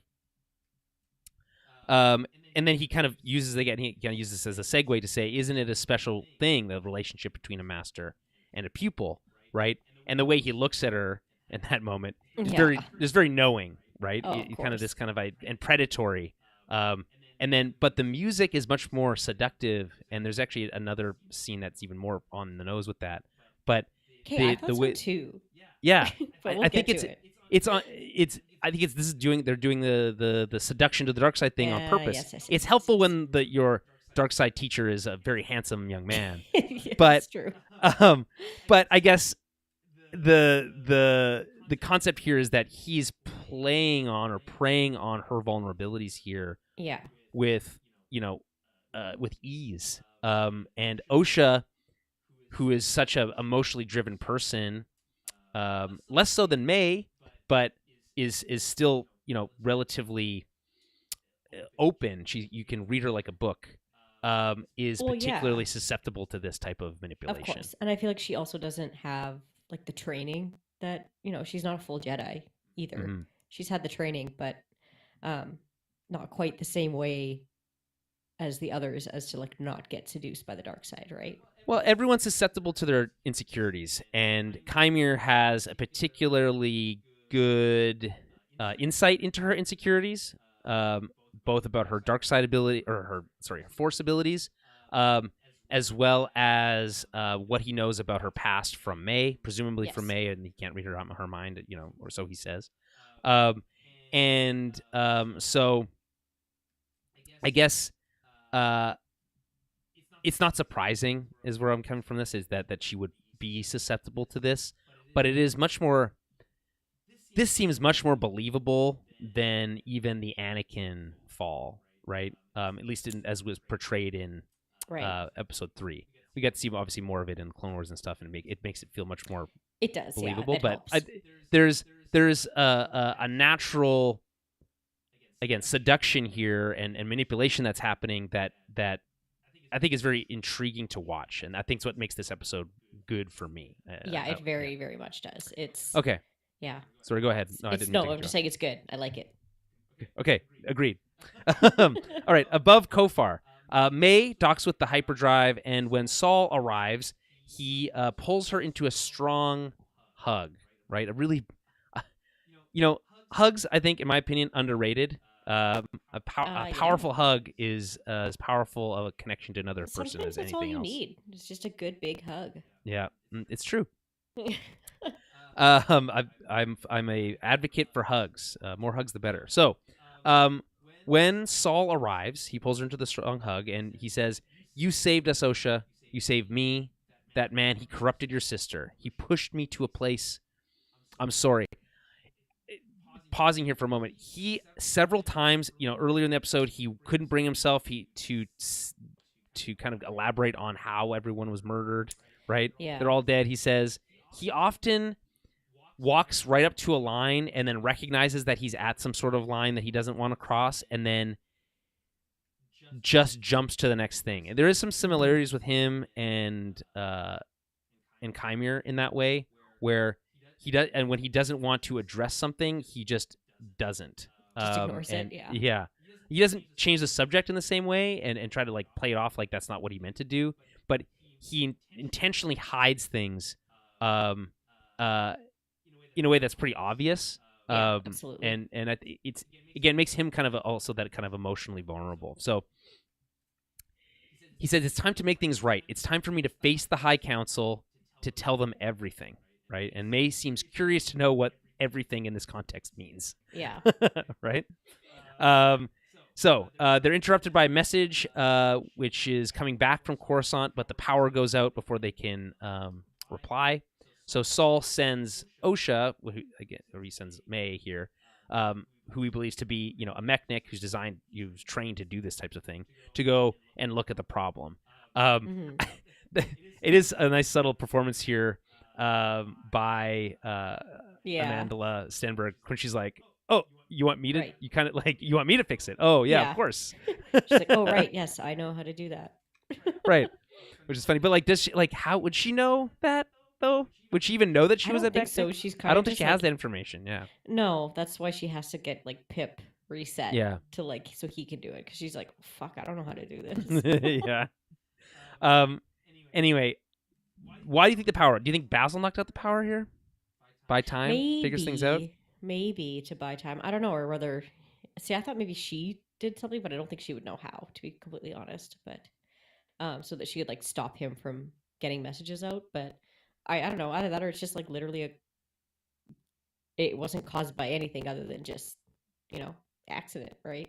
Yeah, I guess it could just be faulty wiring, or something just like a general like, oh, power's out, we'll go get that fixed. But with Basil running around, I get the sense that he's more involved here than we see. It does make sense that he would, because it's like you'd think he'd be trying harder to try to get the message out. Yeah, get the message to Saul. Yeah. And so maybe what he's doing here is by like turning off the engine and like or messing with the transceiver and stuff like that. He's It's like like helping him buying figure it out. time to allow him to figure it out, right? Yeah, yeah. It's not confirmed. It's just a theory. Okay, so back on Coruscant, we get this really cool shot of the temple from below. We rarely get to see like the temple's understructure. I think of like when Bail Organa arrives at the temple in Episode 3. Mm-hmm. We kind of get a little sense of that, but we just rarely see it. And I think it's cool to get that perspective, and obviously to show the Jedi temple from below gives it that a little bit more sinister look to it, right? Very much so. Yeah. Venestra is having a meeting with I think I'm going to say this wrong, Abednego senator named Chewant. And apparently, which I didn't know, is that the Abednedos, all the names of those characters are Beastie Boys references. What? Yeah. So this one is named is another Beastie Boys reference, specifically the what you want. Oh my god, I love that. Yeah, I think it's funny. So that's a fun little Easter egg there. Or not really an Easter egg, just I guess like behind the scenes thing. Anyway, they're talking about an external review of the order, which is apparently an ambitious senator who is grasping for power is behind this initiative. I guess gives us a little bit more insight into the politics of what's driving Venestra and stuff like that. But the politics I've always found fascinating, or not always, I guess, as I've gotten older, have found fascinating in Star Wars. We're not getting a lot of that here, where they're just hinted at, and I guess this kind of like brief glimpse of it is enough to kind of remind us that it's still a motivating factor for Venestra. Any thoughts on that? Right. Oh, Rachel, can you hear me? No, I just got real thrown. Can you hear me? Oh, yes. Sorry, Can you not hear me? you cut out there for a second. Oh, am I back? Weird. Oh, odd. Sorry, I was just saying I got really thrown off by the Beastie Boys reference. Okay. Oh. We have a delay? I think we've got a bit of a delay here. Okay, well, this is weird. Is it an internet thing on your side? I don't think it's on my side. I think I'm. The joys of doing this live. Could be because I opened another tab on my browser. Is your computer so slow it can't handle 2 tabs? I have a lot of tabs open. Like an excessive amount. You might want to. I don't know if that'll help necessarily, but it might be something to consider. But anyway, I'm gonna close a few here, yeah, just to figure it out. But just to make sure, maybe that's why it's being a little slow. I use this thing for work too. Okay. Yeah. Hey, no, it's all good. No judgment. Yeah. Okay. So, sorry. Say what you were gonna say about the alien again, or the. Oh no, I just like it. I'm enjoying that. I'm gonna have to go deep dive and look into a little bit more of those names because that's. Yeah, I want to go review those and make sure that they're. It's like, what other? First of all, I don't think if someone said Chewant, I was like, I don't know if I would have gone straight to what you want. But yeah, in like once it's told to me, I can't unhear it now. So maybe there's a few more of those for the Abednego I have to go read species. them all and figure it out. Mm-hmm. Okay, continuing on. They're interrupted by Padawan, who is reporting on what he heard from Saul. This is Mog Adana. Quote, a Padawan stationed at the temple on Coruscant. Mog Adana is differential to his elders, but not afraid to speak truth to power. This is from the Star Wars Databank. He comes off as very annoying. Right? I was going to say the same thing. Yeah. Like, I don't like him. But that doesn't necessarily, like, he also might end up being dead by the end of this episode, or this series, Sure. but so we should be careful with Shouldn't that. say anything mean. And I don't love the name Mog, but you can't pick your name, so it's not his fault. It's true. I think it's funny that they included this based on just the interactions we get from this episode, because not being afraid to speak truth to power is his version of reminding Venestra that she gets sick when she goes in hyperspace, which I think is just funny. Anyway, she wants a rescue team assembled so that they can head to Kofar. Would have been the perfect moment for me to play a clip that I've been meaning to add to the soundboard for a long time, which is from Justice League Doom, an animated Justice League movie where Okay. Alfred and Batman are having a conversation. He says, Alfred, the Justice League are under attack. And Alfred says, by whom, sir? And he says, by me. And because they stole his plans. Anyway, I would have played that here because she's like, how do you know that? How do you know that they're on Kofar? She's like, I sent them. Okay. That's my Gotcha. connection. I was like, Yeah. how is that going to be relevant for more than It's one funny. thing? But fair. It's it can be used in more than one thing. I want it. Maybe with this time off I have between jobs, I'll be able to there you go. build It's out your soundboard. You do the what you want with soundboard. it. Yeah. Okay. So we head back to the unknown planet. Osha asks Kymir why he seems to know, because she's just on a question asking spree this whole episode. Why he seems to know so much about the Jedi. He says he was once a Jedi, but it was, quote, a really long time ago. Which I guess, what's your theory here? Obviously, we know from the opera scene that Plagueis could manipulate the Force to extend life, but also to create life. Yes. But we just get a sense that he was alive for a very long time, right? Yeah, I kind of always get that feeling with Sith that they're a little bit, because they tap into the dark side, like they can live longer and they kind of tap into that almost like youthful fountain of youth kind of look too. So yeah, like I can see him being like real old, maybe not like crazy old, but old, much older than he looks is what I'm saying. Sure. It was interesting that someone mentioned that this on Twitter. I thought was cool. The theory that when Palpatine gets the Force lightning on his face, right, or body, that it's not him being scarred by the lightning, but it's actually him being reverted back to the age or the look that he would actually be if he was. Yeah, I see that he like should look. Like yeah, that. he should look like that normally because he's so old, right? Just a cool idea. I like that. I like that concept. Would be open to that retcon. We just don't know that, right? And just again, all these hints lead to the fact that Plagueis probably is involved in the story, but is kind of pulling the strings. Maybe some sort of phantom menace of some kind. In the behind the scenes. But to me, it ultimately comes down to execution, and if that is the case, how they reveal it. It can either be very cheesy and lame, or very cool. So we'll find out, I guess. Hoping for cool. Me too. Always hoping for cool. Yeah. She continues her line of questioning. Why did you bring me here? Right, repeating some of the questions from before. He deflects, right, asking what she thinks. This is a classic move, right, which is like in horror movies, right, when you don't want to. The Alien's a great example of this. When you want to create a sense of suspense and terror, the best thing that you can do is not show what the bad guy is or what they look like, or in the case of Alien, what the xenomorph looks like, until you're much later in the story, because your imagination is going to be much cooler.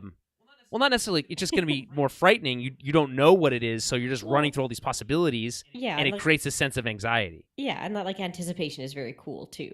Like, you know what I mean? It's cool to kind of be able to theorize and to guess and to put the pieces together yourself.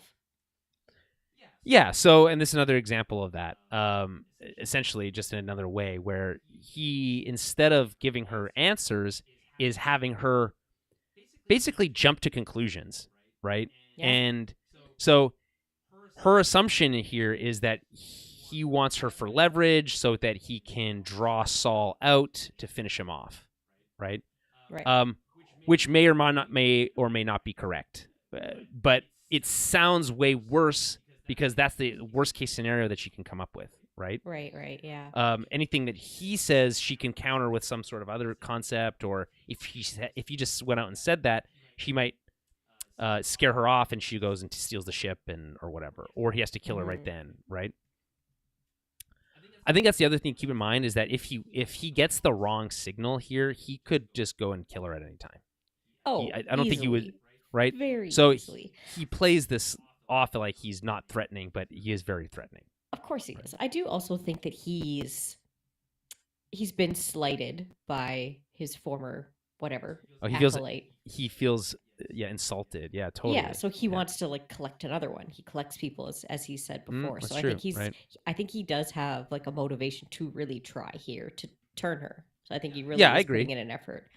I don't think it's necessarily that he'll toss her away just yet, but you're right. Like he could easily kill her in Right. a second if he needed to But or this is all wanted part of to. the plan, right? Like, hey, Yeah, yeah. I'm gonna play your fears against you, right? So answer these questions. Like I'm gonna answer these questions with questions because Mm-hmm. anything you say is gonna be worse than anything I can say, right? Because Exactly. it's coming from you. Um, O'Shea remarks that Saul was able to find her before because of his strength in the Force, but Kymir believes that in fact it was her strength in the Force that allowed that to happen. Mm. And he's surprised that no one has ever taught her that. There's multiple things here, right? It could be that Saul could be strong in the Force, and that was in fact how he was able to find her, right? Um, and he could be talking about, by the way, when she was found on that ship, and sent Yord.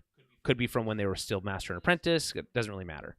Um, and he's just using this as another way of kind of twisting things around. The other thing it could be is that she is in fact strong in the Force. We have reason to believe that she would be because of the whole twin scenario. Right. Or the third scenario is that there is a third party, him, his master. Like we think of the Force dyad situation in um, episode 8, right? Right. And Yeah. when how he was basically Palpatine was basically connecting them through the Force so that they could speak to each other, Rey and Ben. So those are all possibilities here. But again, it serves Kymir for her to believe that she is the one that's strong in the Force here. Absolutely. Um, Yeah. Well, and to he help her believe that too could maybe yes, boost her self esteem a little bit. her ego. Yeah, I exactly. think you have to play to her ego That's here, what I right? meant. Yeah. He changes the subject. Again, this is one of those examples of like this line of questioning is I'm not ready to go into this yet. So offering her instead advice on how to get to the ship, right? It's like, okay, well, we don't have to talk about this anymore. If you want to leave, you're going to want to swim to that ship before sunset, Yeah. right? And by the way, the ship doesn't really seem that far away, to be honest. In No, but I fact, think it's just the water that is yeah, treacherous. yeah, sure, no doubt. But there's like a rocky outcropping that extends from that little like mini island That's that it's true. on. Yeah. That's like not that far. So, Right. Because what does um, he also say too? Like, or you can wait for the tide right, you can wait till the tide to come out. to come out. So, Yeah. yeah. Um, anyway, the idea here is like, oh, you're free to go. You're free. I'm not. You're not a prisoner. You're not a prisoner here, right? Reinforce that sense of security. Um, anyway, Osha looks unnerved. She doesn't know how to react here. Specifically, I think to the information about her being strong in the Force. I think that's intriguing to her, and that's kind of what is that like seed of interest that keeps her going here. So back at the Jedi ship, May is looking around an engine compartment room, finds Pip plugged in, which makes me think that it was in fact Pip that turned off the engines, Yeah, that makes sense. the power. Basil emerges from like a Jeffrey's tube situation, stomps on her foot. The little dance thing that he does is so funny. It's so good. I loved it. It's very cute. Yeah. Yeah. Anyway, I'm not sure what the point of that was, but he takes a flashlight and runs off. Yeah. At the same time, Pip shoots her in the face with grease.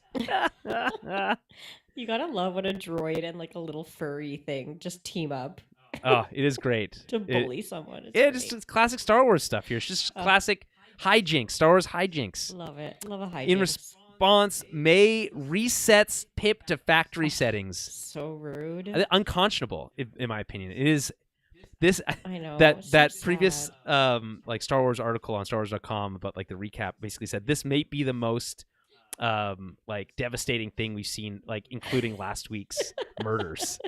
Pip Um, being reset. Well, maybe OSHA has a backup somewhere.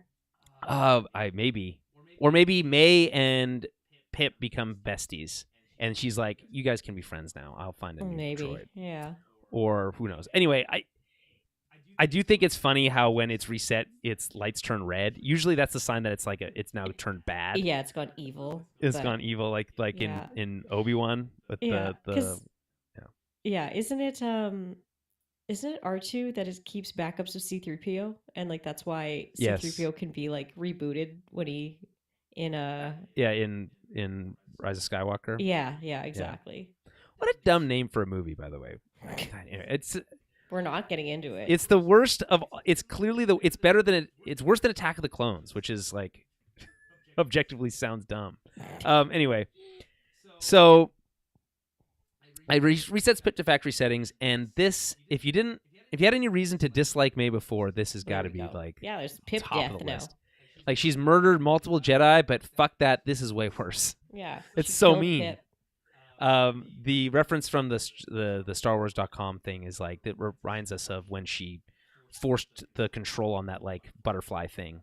Oh yeah, just yeah. as like an emotional reaction to something that's like way beyond the pale.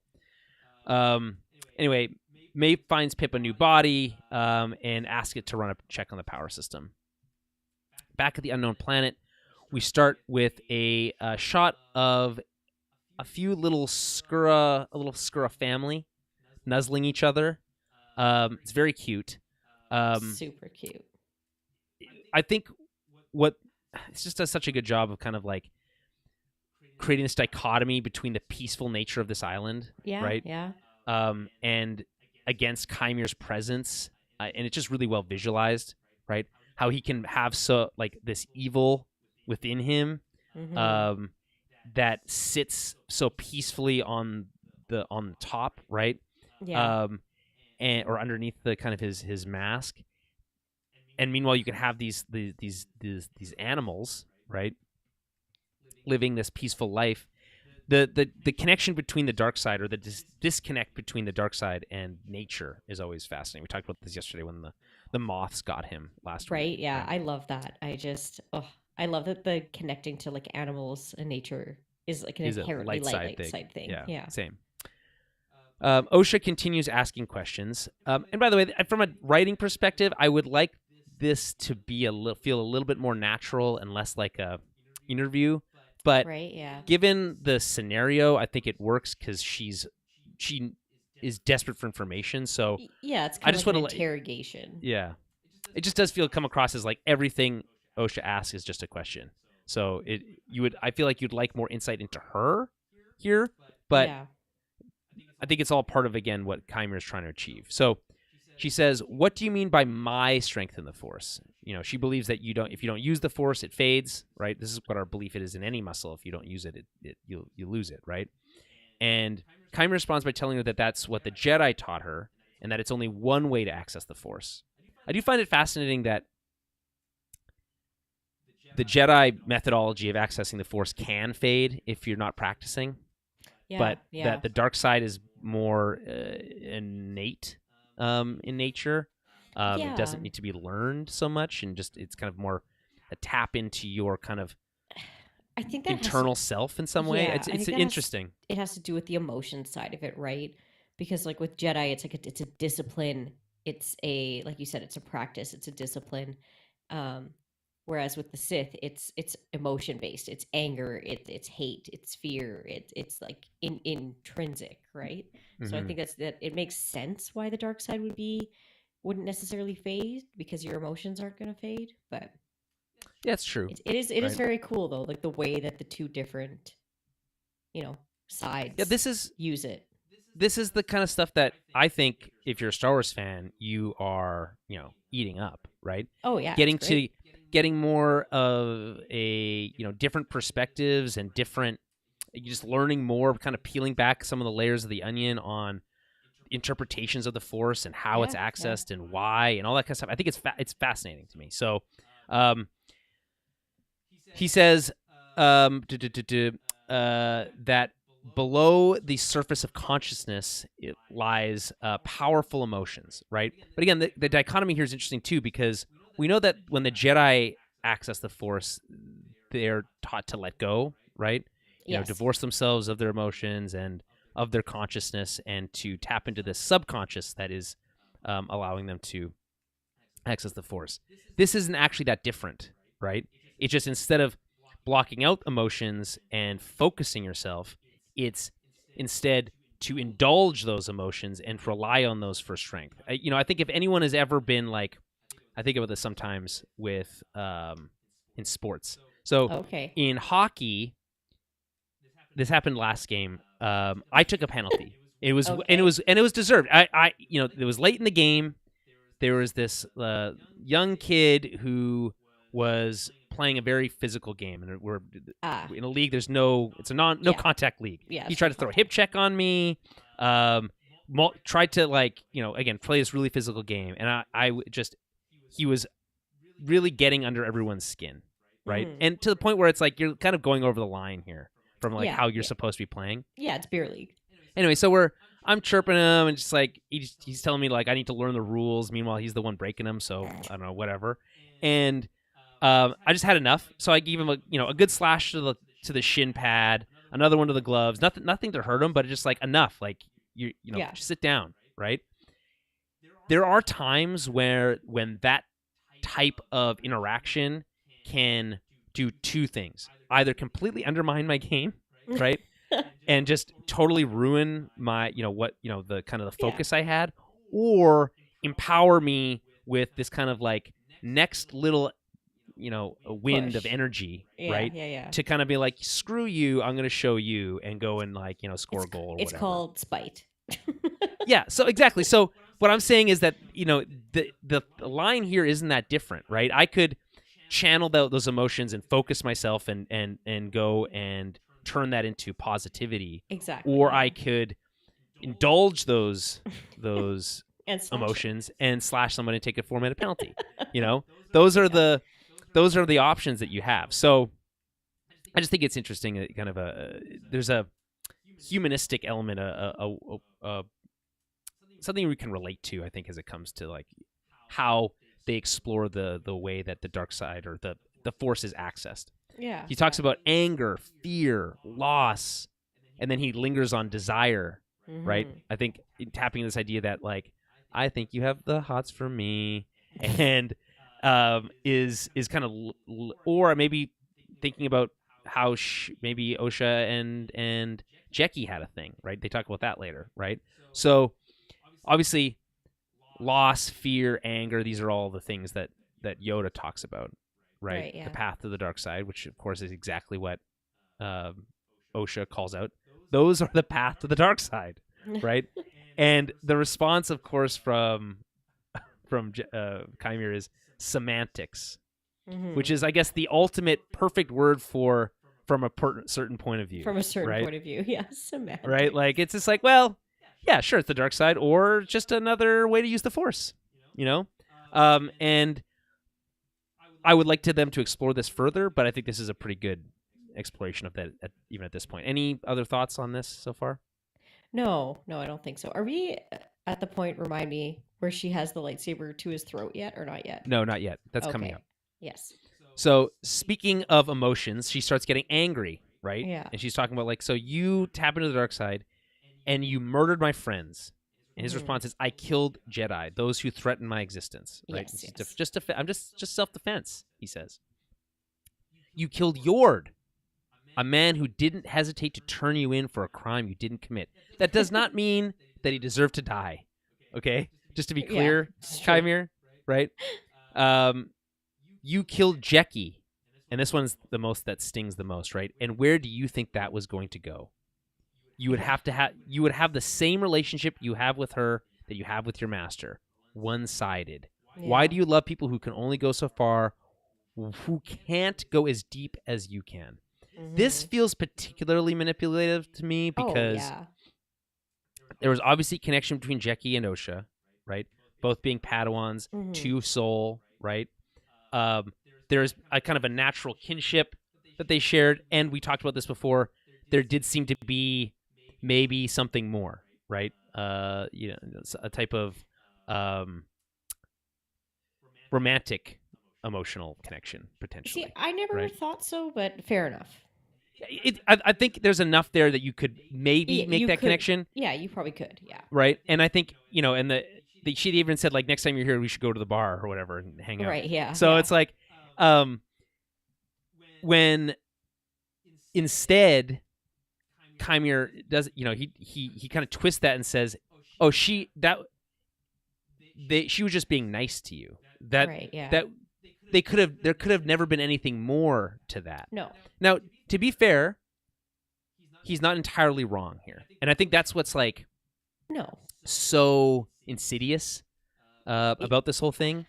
Yeah. Is because yeah, go ahead. how Sorry. they operate. It's just because of how the Jedi operate. Like they're not supposed to make attachments. Not even like not that they can't be friends, but they can't have deeper friendships. They can't have deeper Right. meaningful relationships, right? So and he knows that and he's preying on that. So he's just like, what's the point then? Like Right. It's you know, similar just to again goading her.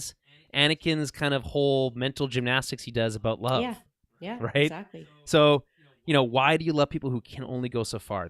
They are taught not to, right? Yeah, But again, yeah. of course, you can make the argument that love is just the Jedi are supposed to love, but of course, Yeah, that's not yeah.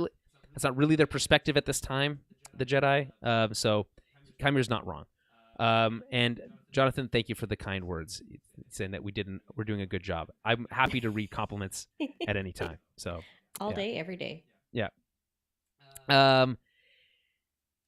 I'm not my sister. I'm not so easily corrupted, she says. Kind of at this point, like, your answers aren't doing it for me. I'm not going to side with you on this.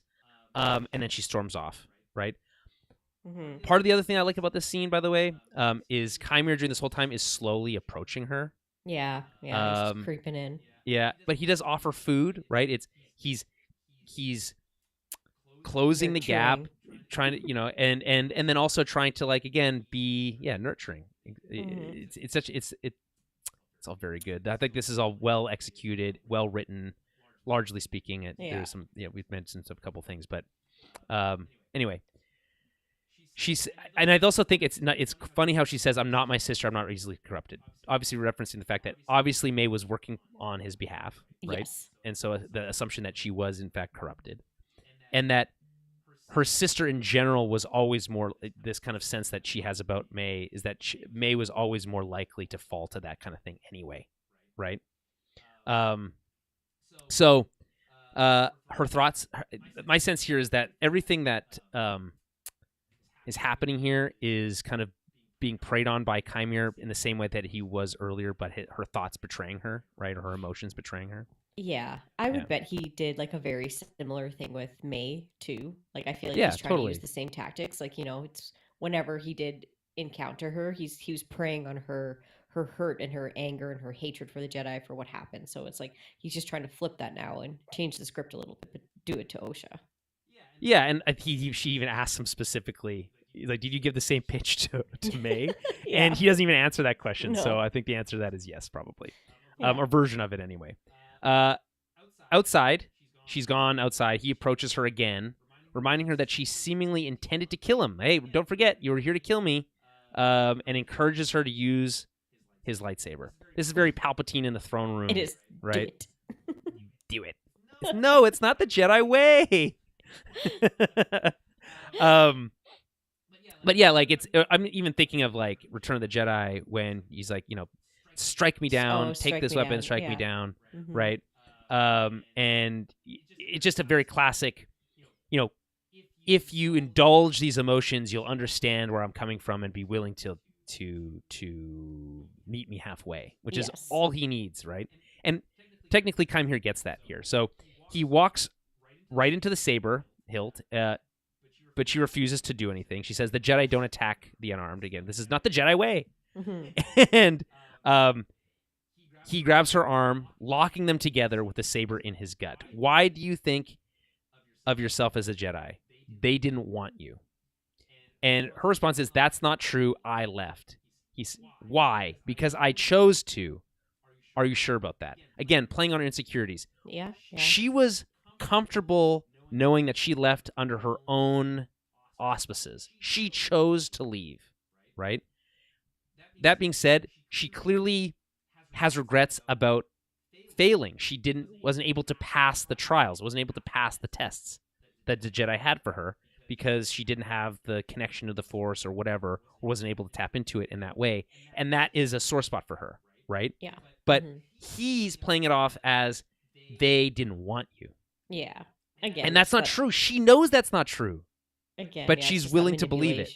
Yeah. It's just, he's just playing up the whole, like, oh, they cast you aside. They didn't want you, trying to turn her against them, right? Get that thought in her head. This like, is like, maybe they didn't want me. Maybe I wasn't good enough. You could have used this argument on Ahsoka, maybe, but that's not what's going on here, right? She tries to pull away, but he won't let her go. He says, "What you're feeling right now, this anger, this pain, this is who you are. The Jedi saw it, and that's why they threw you away." And I mean, this is classic dark side stuff, right? So good though. Feed the anger, the pain, the hate. Good, as Palpatine says. Right. Man, I can do Palpatine quotes all day, but it just absolutely destroys my throat. I know, right? Right. Let the hate run through you. So, and so he's basically saying here, he's painting a picture of her. And how many times have I talked about how I hate when people said, we're alike, you and I, It's like, you actually don't know me, so you can't make that argument. And says basically, you and I are the same. The pain and anger, that's why we left the Jedi, and gives us this other power, right? And it's tempting to say that, okay, well, if you couldn't be a Jedi, you can be this other thing, right? And still have power. Yeah. Right? The seduction side. They didn't throw me away. Then why aren't you a Jedi, Osha? Because I failed, right? And that's the undercurrent here. Yeah. Preying on her insecurity about failure.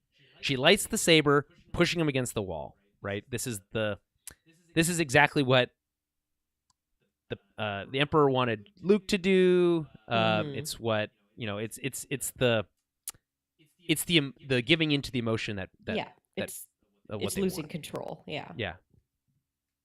He says, now you understand. I lost everything, Osha, but when you lose everything, that's when you are finally free. This is that type of mental construct that people build for themselves that gives them the freedom to do all sorts of terrible things without it hurting their conscience.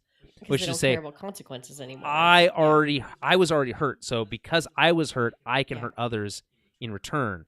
If I'm free of morality, it gives me the power to do all these things I didn't have before. I couldn't do before. Yeah, if you have no guilt or shame or conscience, it's like right. You can do all sorts of crazy things. Bad stuff. Well, things that will that you can hurt people or step on people, manipulate people for your own aims because self-service. Yeah. Right, because you are free, quote unquote, from the shackles, quote unquote, of humanity. Right. That being said, those are the things that make us people. Of right. Course, so anyway, and not Sith. Yeah. She pulls away, turns off the saber, seemingly intrigued, right? Like, how would you read her reaction here? Yeah, it's so funny. Like, and again, I feel like this is like had a very sexual tension charge. Oh, 100%. No, it's there. That's on purpose. The strings here. This is like romantic music. It is. He like grabs her arm, and I was like, and for a second there, I was like, are they gonna kiss? I was like, they better not. That would be silly. It would. Yeah, I was like, what is happening? I was like, well, they say the line between love and hate is very thin. They say. I know, but I just like, but he is. He's very much trying to seduce her to the dark side, right? So yeah. No, I just like this scene a lot. I like. Well, it's cool to see it play out. Yeah, right. I feel like we don't get to see. I mean, we do, but I like to see the very beginning parts of a Sith and like how they work, how their minds work, how they start to try to worm their way into the brain of someone. Like right. I try to get in there and just drop those little bits of. I also like seeing how does someone who knows this is happening respond to it? Yeah. And that's cool.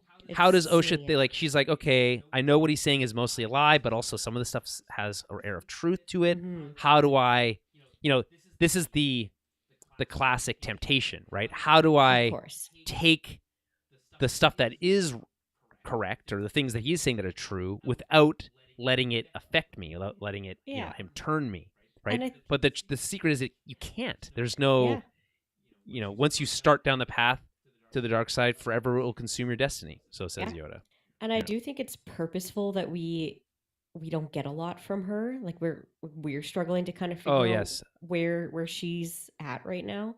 Like she's obviously pushing back. She's obviously keeping him, quote unquote at arm's length. But like I do think this is affecting Well, her. not quote unquote literally at arm's Well, length literally at arm's length, you know what I mean? until yeah, But until he but wasn't. it is hard to read her as like Right. an audience right now on like where her thoughts lie. So I would like a little bit more. Obviously, if this was a book, you'd get more in maybe yes, internal yes. dialogue or monologue and something like that, and get more sense of that. But yeah, I don't know. It's interesting.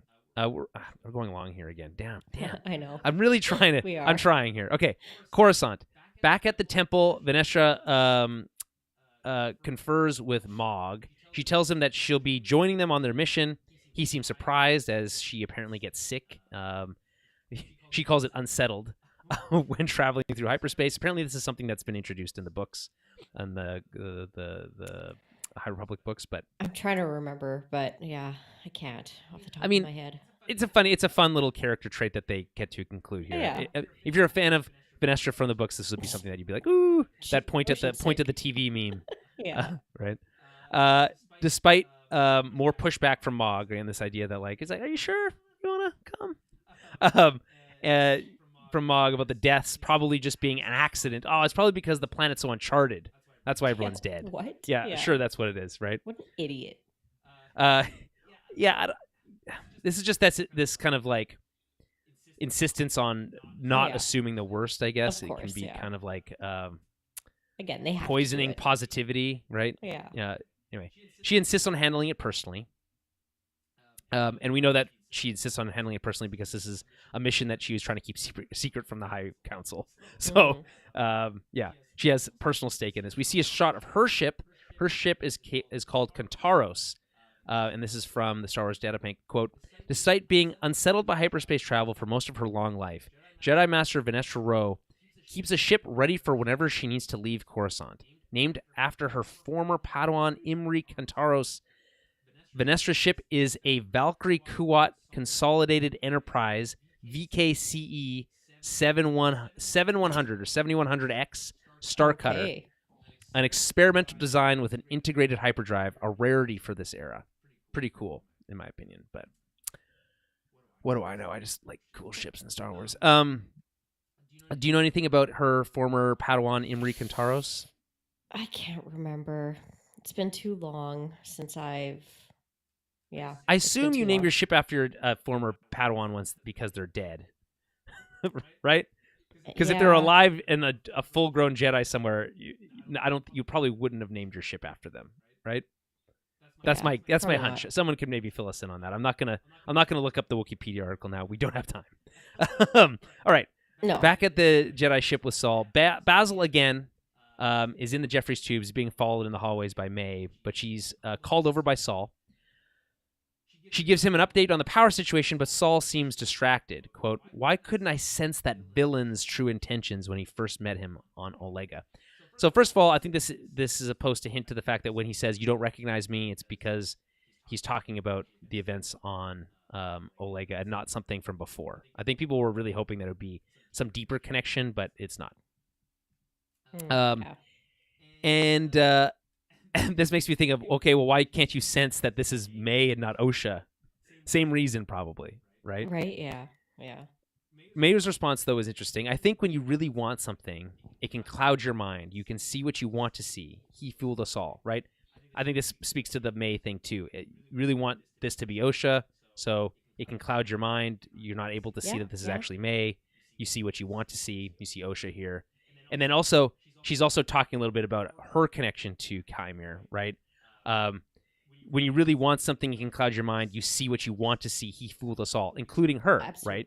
Yeah, absolutely.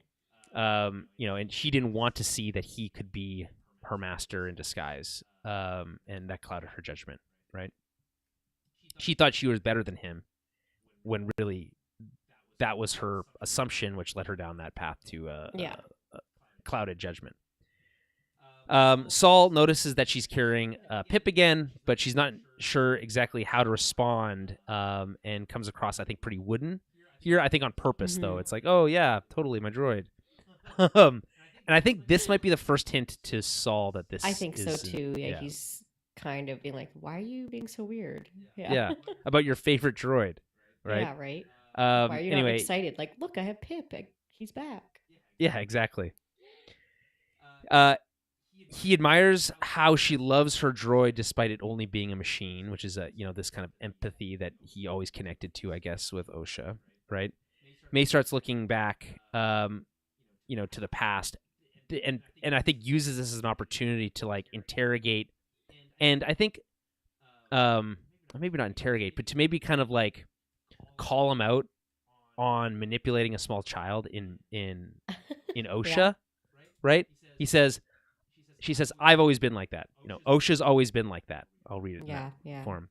Even when Osha was little, she says she had to lose a lot of herself in order to become a Jedi, even if she didn't know it at the time, right? Kind of, again, my assumption that she's really speaking here on behalf of Osha. Absolutely. Yeah. But from her perspective, which is that she was abandoned because the Jedi manipulated her, and they had to let go of all the stuff that made her my sister so that she could do that, and that really hurt Yeah. me. That's, Yeah. I think, is what May is saying. And, Saul's response is, I'm sorry you felt that way, right? I think his interpretation is that wasn't my intention. If you had maybe said that before, we could have talked about that. But this is the first time I'm hearing it because you're not Osha. Yeah. But Osha's response is, May's response is, how could I feel any other way? But that's of course May's perspective, which is like, Yeah. you stole her. So there is only one response to that, right? Really, she's projecting, which is something she's particularly good at. She wants to know more about what happened on Brendock, and Saul seems ready to say more, but the power comes back on, and they're interrupted, which is like the 15th time that they've been interrupted. Or Saul specifically has been interrupted before he's been able to tell that story. With the power back on, this is a weird bit to me. May heads to the cockpit and tries to send a message to the Jedi, I think, but is interrupted when Saul shoots her with a stun blaster. What does she try to achieve here? I don't know. I feel like she's probably trying to like call them off. Like, I don't think she wants Jedi to show up there. Yeah, I have no idea. Like, that was kind of confusing for me too. I'm like, what would she be trying to do other than like? I really don't know. Or she wants to finish her plan of turning herself in. Maybe. I mean, no, I don't think she would. Because if she wanted to turn herself in, still, I think she would just do it to Saul. Maybe she doesn't trust Saul. Maybe. Yeah. Yeah. Also, Basil's here. He's just hanging out. Yeah, it's funny. I have nothing here. I don't know what she's trying to achieve. This is one of those kind of like weird character motivation moments that we've seen a couple times in this series. It's odd. Anyway, they get a message back that the rescue team is on the way, and then they should keep his transponder on, which he seemingly turns off immediately and then jumps to hyperspace. Yeah, which I thought was odd. So I was like, okay, like, is it? Yeah, because he just bounces. So it's like, why are you not waiting? He's taking this into his own hands. This is when he was talking with Venestra before about how like she wanted to confer a small council. He's like, why? We know where she's going. Like, Jedi are in danger. If we wait, they could die. He was right about that, by the way. And so he's like, I'm not. He's like, after that, all that happened, and after doing it the Jedi way, I'm going to do this my way. Yeah, that's fair. Because he's just like, no, Osha's in trouble. Like, I'm just going. I'm not waiting for them. Exactly. They can catch up later. Yeah. Exactly. And I mean, it helps for the plot that we helps for the plot too. Next, yeah. Plot, I don't find this to be a plot contrivance. It feels character motivated. Yes. So what I love is that he pops away at the exact moment they arrive. Just the like ships passing in the night. I think that's fun. Back on Kofar, at nearly, like I said, nearly the exact moment, Venestra and her team pop in from hyperspace. They head down to the surface and interview that same junk dealer or dude or whatever he is that we've met before. We learn that an Umbra moth colony hatched and wreaked havoc on a local settlement. Mog believes that this is probably what killed the Jedi. He just so wants to believe that it couldn't be anything else but just natural causes for all these people. Natural causes, yeah. It's probably just a bunch of moths. I don't know. Yeah. By the way, I didn't know I don't know if we called them or we knew they were called Umbra moths before, but again, yeah, it says in the subtitles. Okay. In the misty forest of Kofar, a grove of trees provided a perfect breeding ground for an eclipse of Umbra moths. Larvae gestate in protective cocoons perched on the trunks of Kafarian trees, hatching into majestic winged creatures drawn to the light. Yeah, they are gross. Anyway, Venestra is not convinced that that's what killed them, and they head off into the forest. Back on the unknown planet, night has fallen, and Chimera is working on his helmet, repairing it. There was some very lame criticism that, like, oh, how can you weld the helmet if it's made out of cortosis? Wouldn't it just turn off the the device or whatever if it does that to lightsabers? And the answer to that question is maybe, or maybe this is just a special device, or who knows? It's really not that big of a deal. Okay, but that's not how all welding works. Not all welding. You is can done do with, cold like, welding flame. too. There's lots of methods to do welding. So Yeah, because like some of it's done almost like with it's like a blowtorch. no, there's like TIG and MIG welding, where Yeah. it's like the wire comes out and then it's like the current of the wire touching the metal that like makes it melt. Yeah, kind you're of thing, melting right? it and then you're using it Yeah, as it's not like a flame. It's yeah. not like the like oxyacetylene welding is when you like light the flame. Why do you know so much about welding? I took it in high school. Oh, okay. I majored in it actually in high school. But yeah, anyways, there's different types of welding, so not all of it is done. Yeah, with, and with I mean, this looks like some sort of device that is similar to a Yeah. lightsaber or whatever. I don't know. yeah, I'm not that whatever. concerned about it. It's such a yes. It's fair to say that is something that does seem a bit odd. I just don't think it's a big deal. That's my perspective on that. Yeah, it's like one of those things. It's like, oh, well, diamonds are the hardest thing, but like obviously things can cut diamonds, right?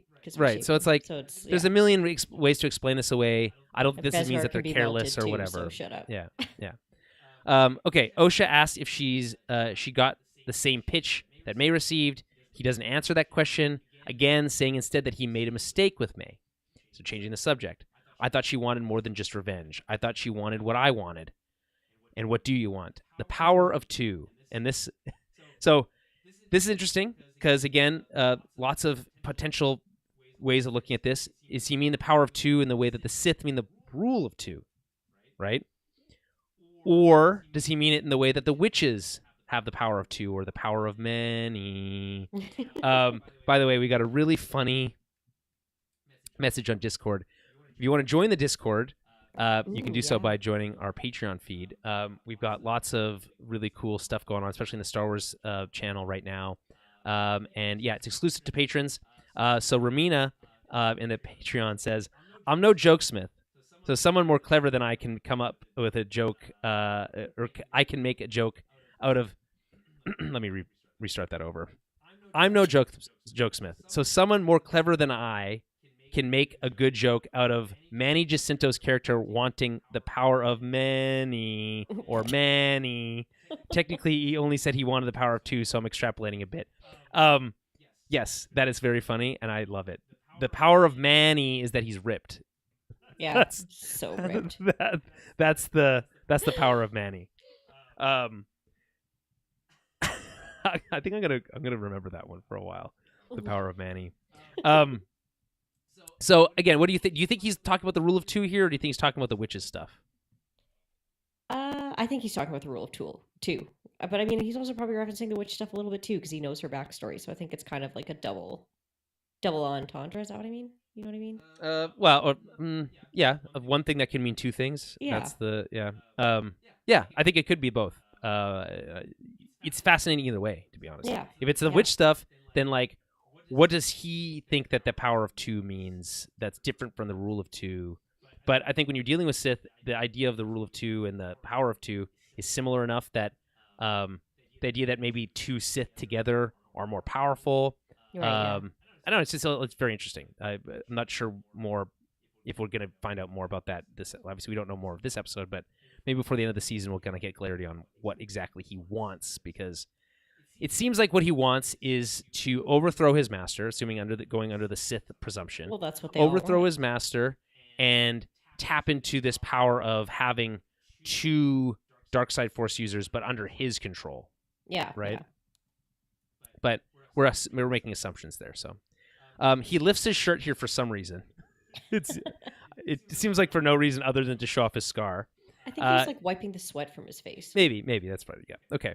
So he wipes his sweat from his face, pulls his shirt up. We see his scar. She wants to know how he got it. Again, he flips it back on her, answering a question with a question. Quote, how do you think I got it? And it's like, well, I actually don't know. That's why I asked the question. Yeah. But she says, it looks like someone stabbed you in the back. Again, jumping to the worst case scenario. He says, someone threw me away. And her question is, you're Jedi Master? And she just looks at him, or he just looks at her, and no answer. But the presumption here is no, not necessarily my Jedi Master, but maybe a master of a different type, right? Yeah. Potentially. Yeah. It's interesting. Either way, I think it being either one, whether it's Fenestra, if she's a Sith, if she's not, if it's his actual Jedi or Sith Master, either way, I think the hint here is that that's who gave him the scar. Either way, it's cool as hell. Yeah, like it could very much be a similar situation to the whole Luke Kylo Ren thing, right? Like Luke senses the darkness in Kylo, sure. You know, lights up the saber, and then is like, yeah, maybe I'll rethink that. Yeah. So maybe something similar for Fenestra, like notice the darkness in him, and slash him in the back, and then defends himself, and that kind of like happens, right? But, yeah, it's possible. Like it's much harder to control a whip than it is a sword. Or saber, yeah, or right? she's like defending herself or defending others. Right? It's not necessarily that he got that, in a way where he wasn't. I'm not, not that he's deserving, but I'm not saying, but maybe he got that because he was doing something he wasn't supposed to be. Right. Yeah. I mean, and then he got caught, right. And then he got tossed away by Fenestra. But yeah, you're right. It could also just be a Sith being like, I'm just gonna kill you now because you're not serving my. Yeah, exactly. So it could be either. Kind of like when Palpatine went and took out Maul's brother. Right? Yeah, Savage. Yeah. Yeah. All right. So and thought he killed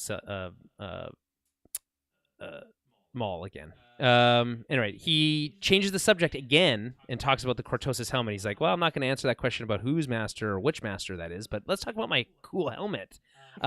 He says, handy against lightsabers, it's also a sensory deprivation headpiece, like we used as younglings. It blocks out all your senses, ? So it's just you and the Force and what you bring with you. Try it on. Very cool. Obviously, when you think of when we hear the word "what you bring with you," we think of Yoda in the dark side cave.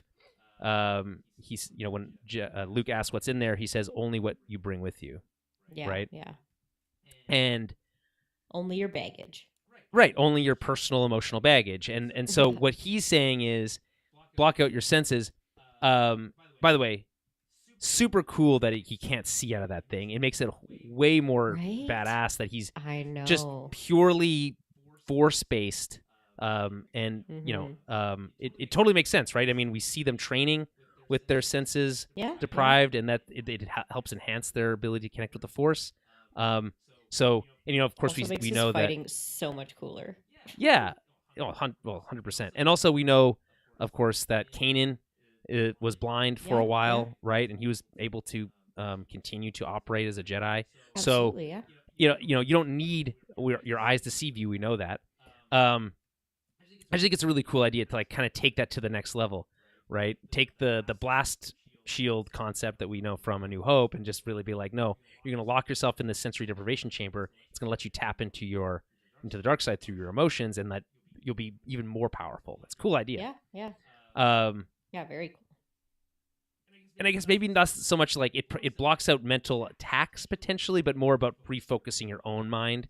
So I don't think the Magneto helmet thing is still kind of funny, but it is what it is. So try it on, he says. She rightfully doesn't trust him. She's like, I'm not going to put a thing on I can't see with you in front of me. No, thank you. And he says, yeah, of course, you shouldn't trust me, which, she should believe. Take him at face value on that. But again, his lesson here to teach her instead of not maybe, the flip side of the corrupt teach coin here. But you should learn to trust yourself. A lesson that she probably does need to learn, but maybe not from him. You know what I mean? Well, yeah, exactly. It's I don't know. I would definitely put it on that helmet on immediately. I won't lie. You're like, it's way too cool. I'm putting this thing right on. We get more unsettling music as she thinks about what he said, and she looks at the helmet, and we hear that like rumbling sound. that we assume with we hear with the Force. Sometimes we've associated with the dark side. It's just a spooky sound that we hear that Oh, kind of, I okay, think, yeah. evokes the dark side. I also think it reminds me of kind of like Ben staring at his Kylo helmet. So, yeah. Mm-hmm. So back at Kofar, we get a hard cut from the scary, spooky-looking helmet to the dead eyes of a dead Jekki. Really cool Yeah. moment, like when the use of the music here, So and the morbid. well executed with like the strings again, the kind of the horror movie shock cut thing. Really cool. Vanessa and her team have found the team, the dead team that she sent. We get those audio flashbacks that we talked about earlier, potentially being Force echoes Echoes. of the I love incident. those Force echoes. They're so cool. Yeah. Mog remarks that Osha and May aren't with them, assuming that they likely survived correctly. Mog actually here has a pretty good sense of what happened. He wants to know what happened, though, in more detail.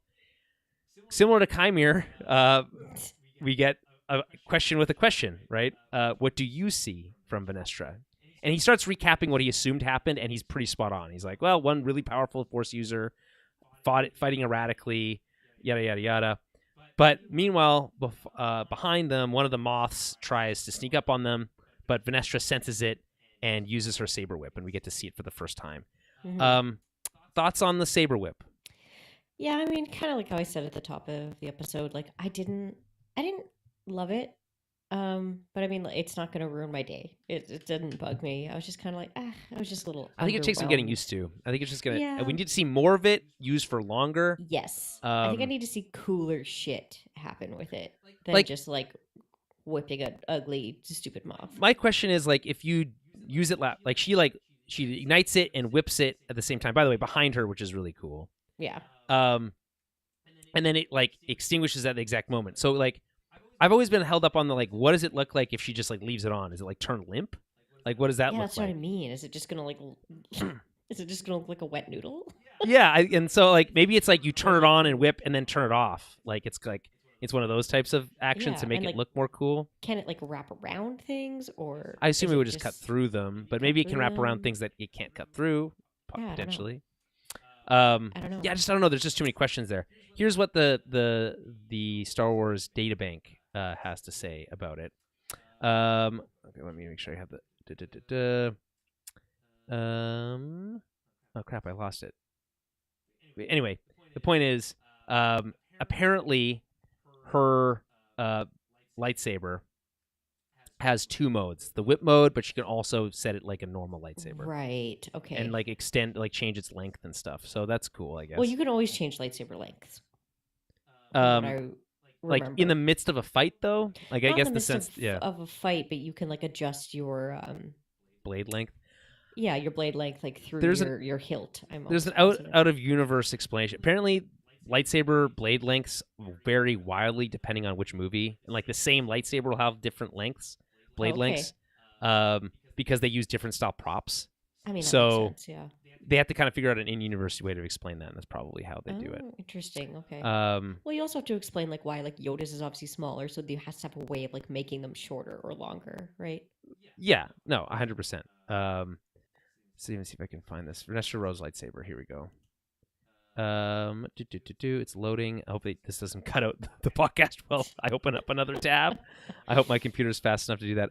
I would love to be able to buy a permanent podcasting computer that has like beefy computer that I can really do whatever. Okay, it says here, while each lightsaber is unique to the Jedi who carries it, Vanessa Rose's weapon has surprising range. When she ignites her purple blade, she can choose to unfurl a whip saber function or the standard shaft of light. So, okay. And the picture they have here is actually pretty cool. I'm going to actually save that image while I'm on it, so I can maybe use that in the episode art. Anyway, any other thoughts on the lightsaber? Not really.